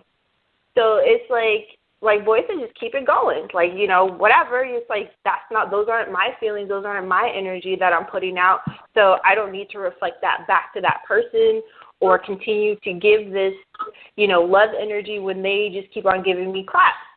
It's like, but what you can do is you can transform it and walk away, you know, and, you know, just do something totally different and not, you know, give them something that they're not going to appreciate. And that goes all back to, you know, knowing your value, knowing your worth and, you know, your energy and putting it into things and environments and people that promote that growth. Exactly. Yeah, if you're giving hospitality to somebody and they don't respect your hospitality, they shouldn't be in your house. Exactly. Oh, absolutely not. and they don't. I've done a lot of detaching. It's just hard not to feel a certain way because, for one, I have a heart too. You know. Exactly. And give it to people who also have a heart that appreciate you, all that you do. And then, you know, you get that thing that's missing just naturally. Right. We tend to give it to the people who don't appreciate it. It's seems like it's part of the human condition. We want to give to the people or the attention from the people who they don't want. They're not interested. They're preoccupied. And it's a matter of redirecting that and realizing who really is a value to our lives. It's like, every movie where there's a love story, that person is always overlooking the person that's perfect for them and going after the person that really doesn't care and isn't for them, that isn't perfect for them, that isn't going to be good for them. It's that vanity thing. And then the person that they should be with, that they end up being with, is the best friend that they always overlooked or something. That story's being told over and over again every year for a reason, because it's something that continues to happen. Mm-hmm. Right. Yeah. So, just like I was, continue, like Boyd would say, continue to give, but also, don't put your energy into places and things that aren't reciprocating. Exactly. Sometimes that does mean, you have to let go of certain things, not be in certain environments and stuff like that, and that's okay. Yeah, it's a process to have to deal with it, because that means you're changing, your routine and the people and things that are around you, and that takes adjusting. But that is part of the process. And like we were saying earlier, when you remove certain things and, blockages, you open other things and you make room for those things that are going to be of benefit to you. So it's all going to be, how it should be and how you intend it to be. And that's why it's important to, set your intentions and put that out there, so that you're continually putting that energy out and vibrating on that level so you can attract that.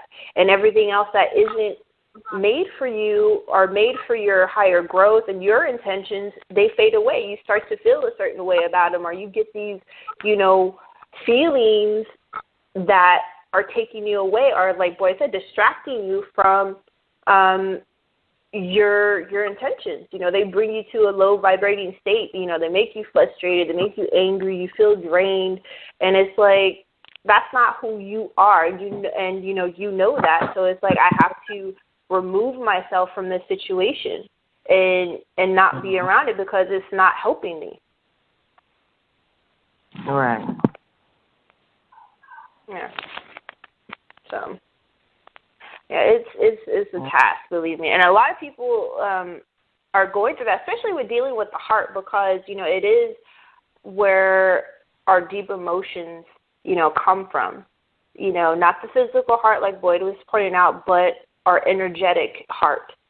And, a lot of people are getting back into that. I don't want to say back into that, but it's starting to come up a lot now, because people are, getting over or being able to look past these physical things, and get into our emotional, energetic selves and figuring out, how and what best suits their own individual happiness. So, it is all a process, and it does take, it takes time. It takes lifetimes. Every single day we learn, how to balance ourselves, and deal with certain things, and grow from it. So it's a journey, I will say that. Mm-hmm. Boyd, are you still there? I am here. I'll be. Yeah, I'm here. We've actually gone. I think we're like close to 3 hours tonight. I think we reached our max to see how far we could push this thing, which is interesting. Yeah, we're pushing like hour 3, but yeah.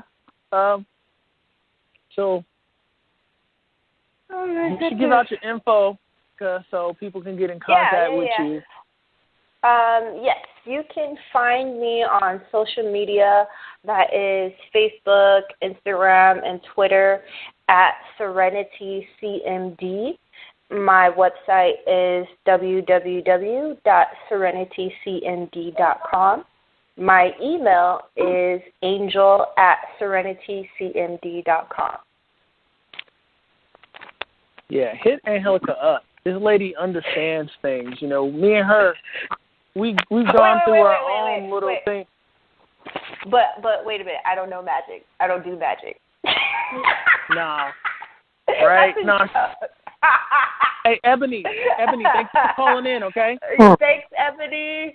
Love you. Ebony, thank you for calling in. Thank you. We appreciate you. Likewise.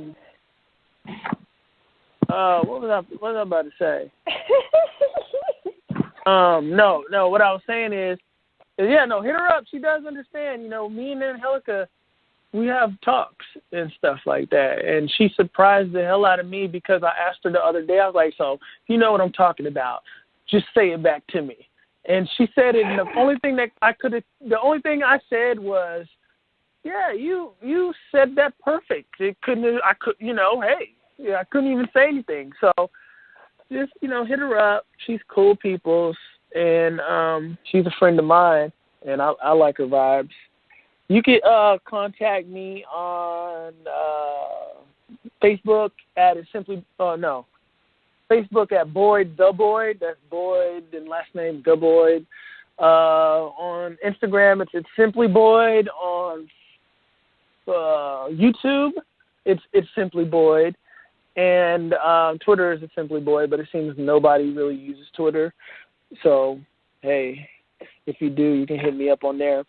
The show's email is takethenightradio@gmail.com. That's takethenightradio@gmail.com. And we have a Facebook page, which is at Take the Night Radio. And you can also find the show's YouTube, which if you put in Take the Night and have it to where it searches for pages, or the YouTube page will come up. And all our previous shows are posted on YouTube also, so you could play them back on there as well.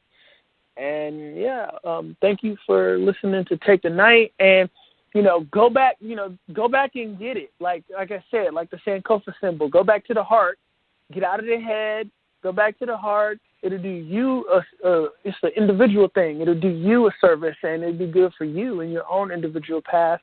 And I feel like you'd be better off for it, and I'm sure you would be better off for it also. So thank you for watching or listening with us tonight, and we'll be back on Monday. And got anything to say, Angelica, in closing? Stay awesome. Yeah. Bye-bye. Bye. I'll take the night. I'll take the night. I'll take the night. I'll take the night. I'll take the night. I'll take the night. I'll take the night. I'll take the night.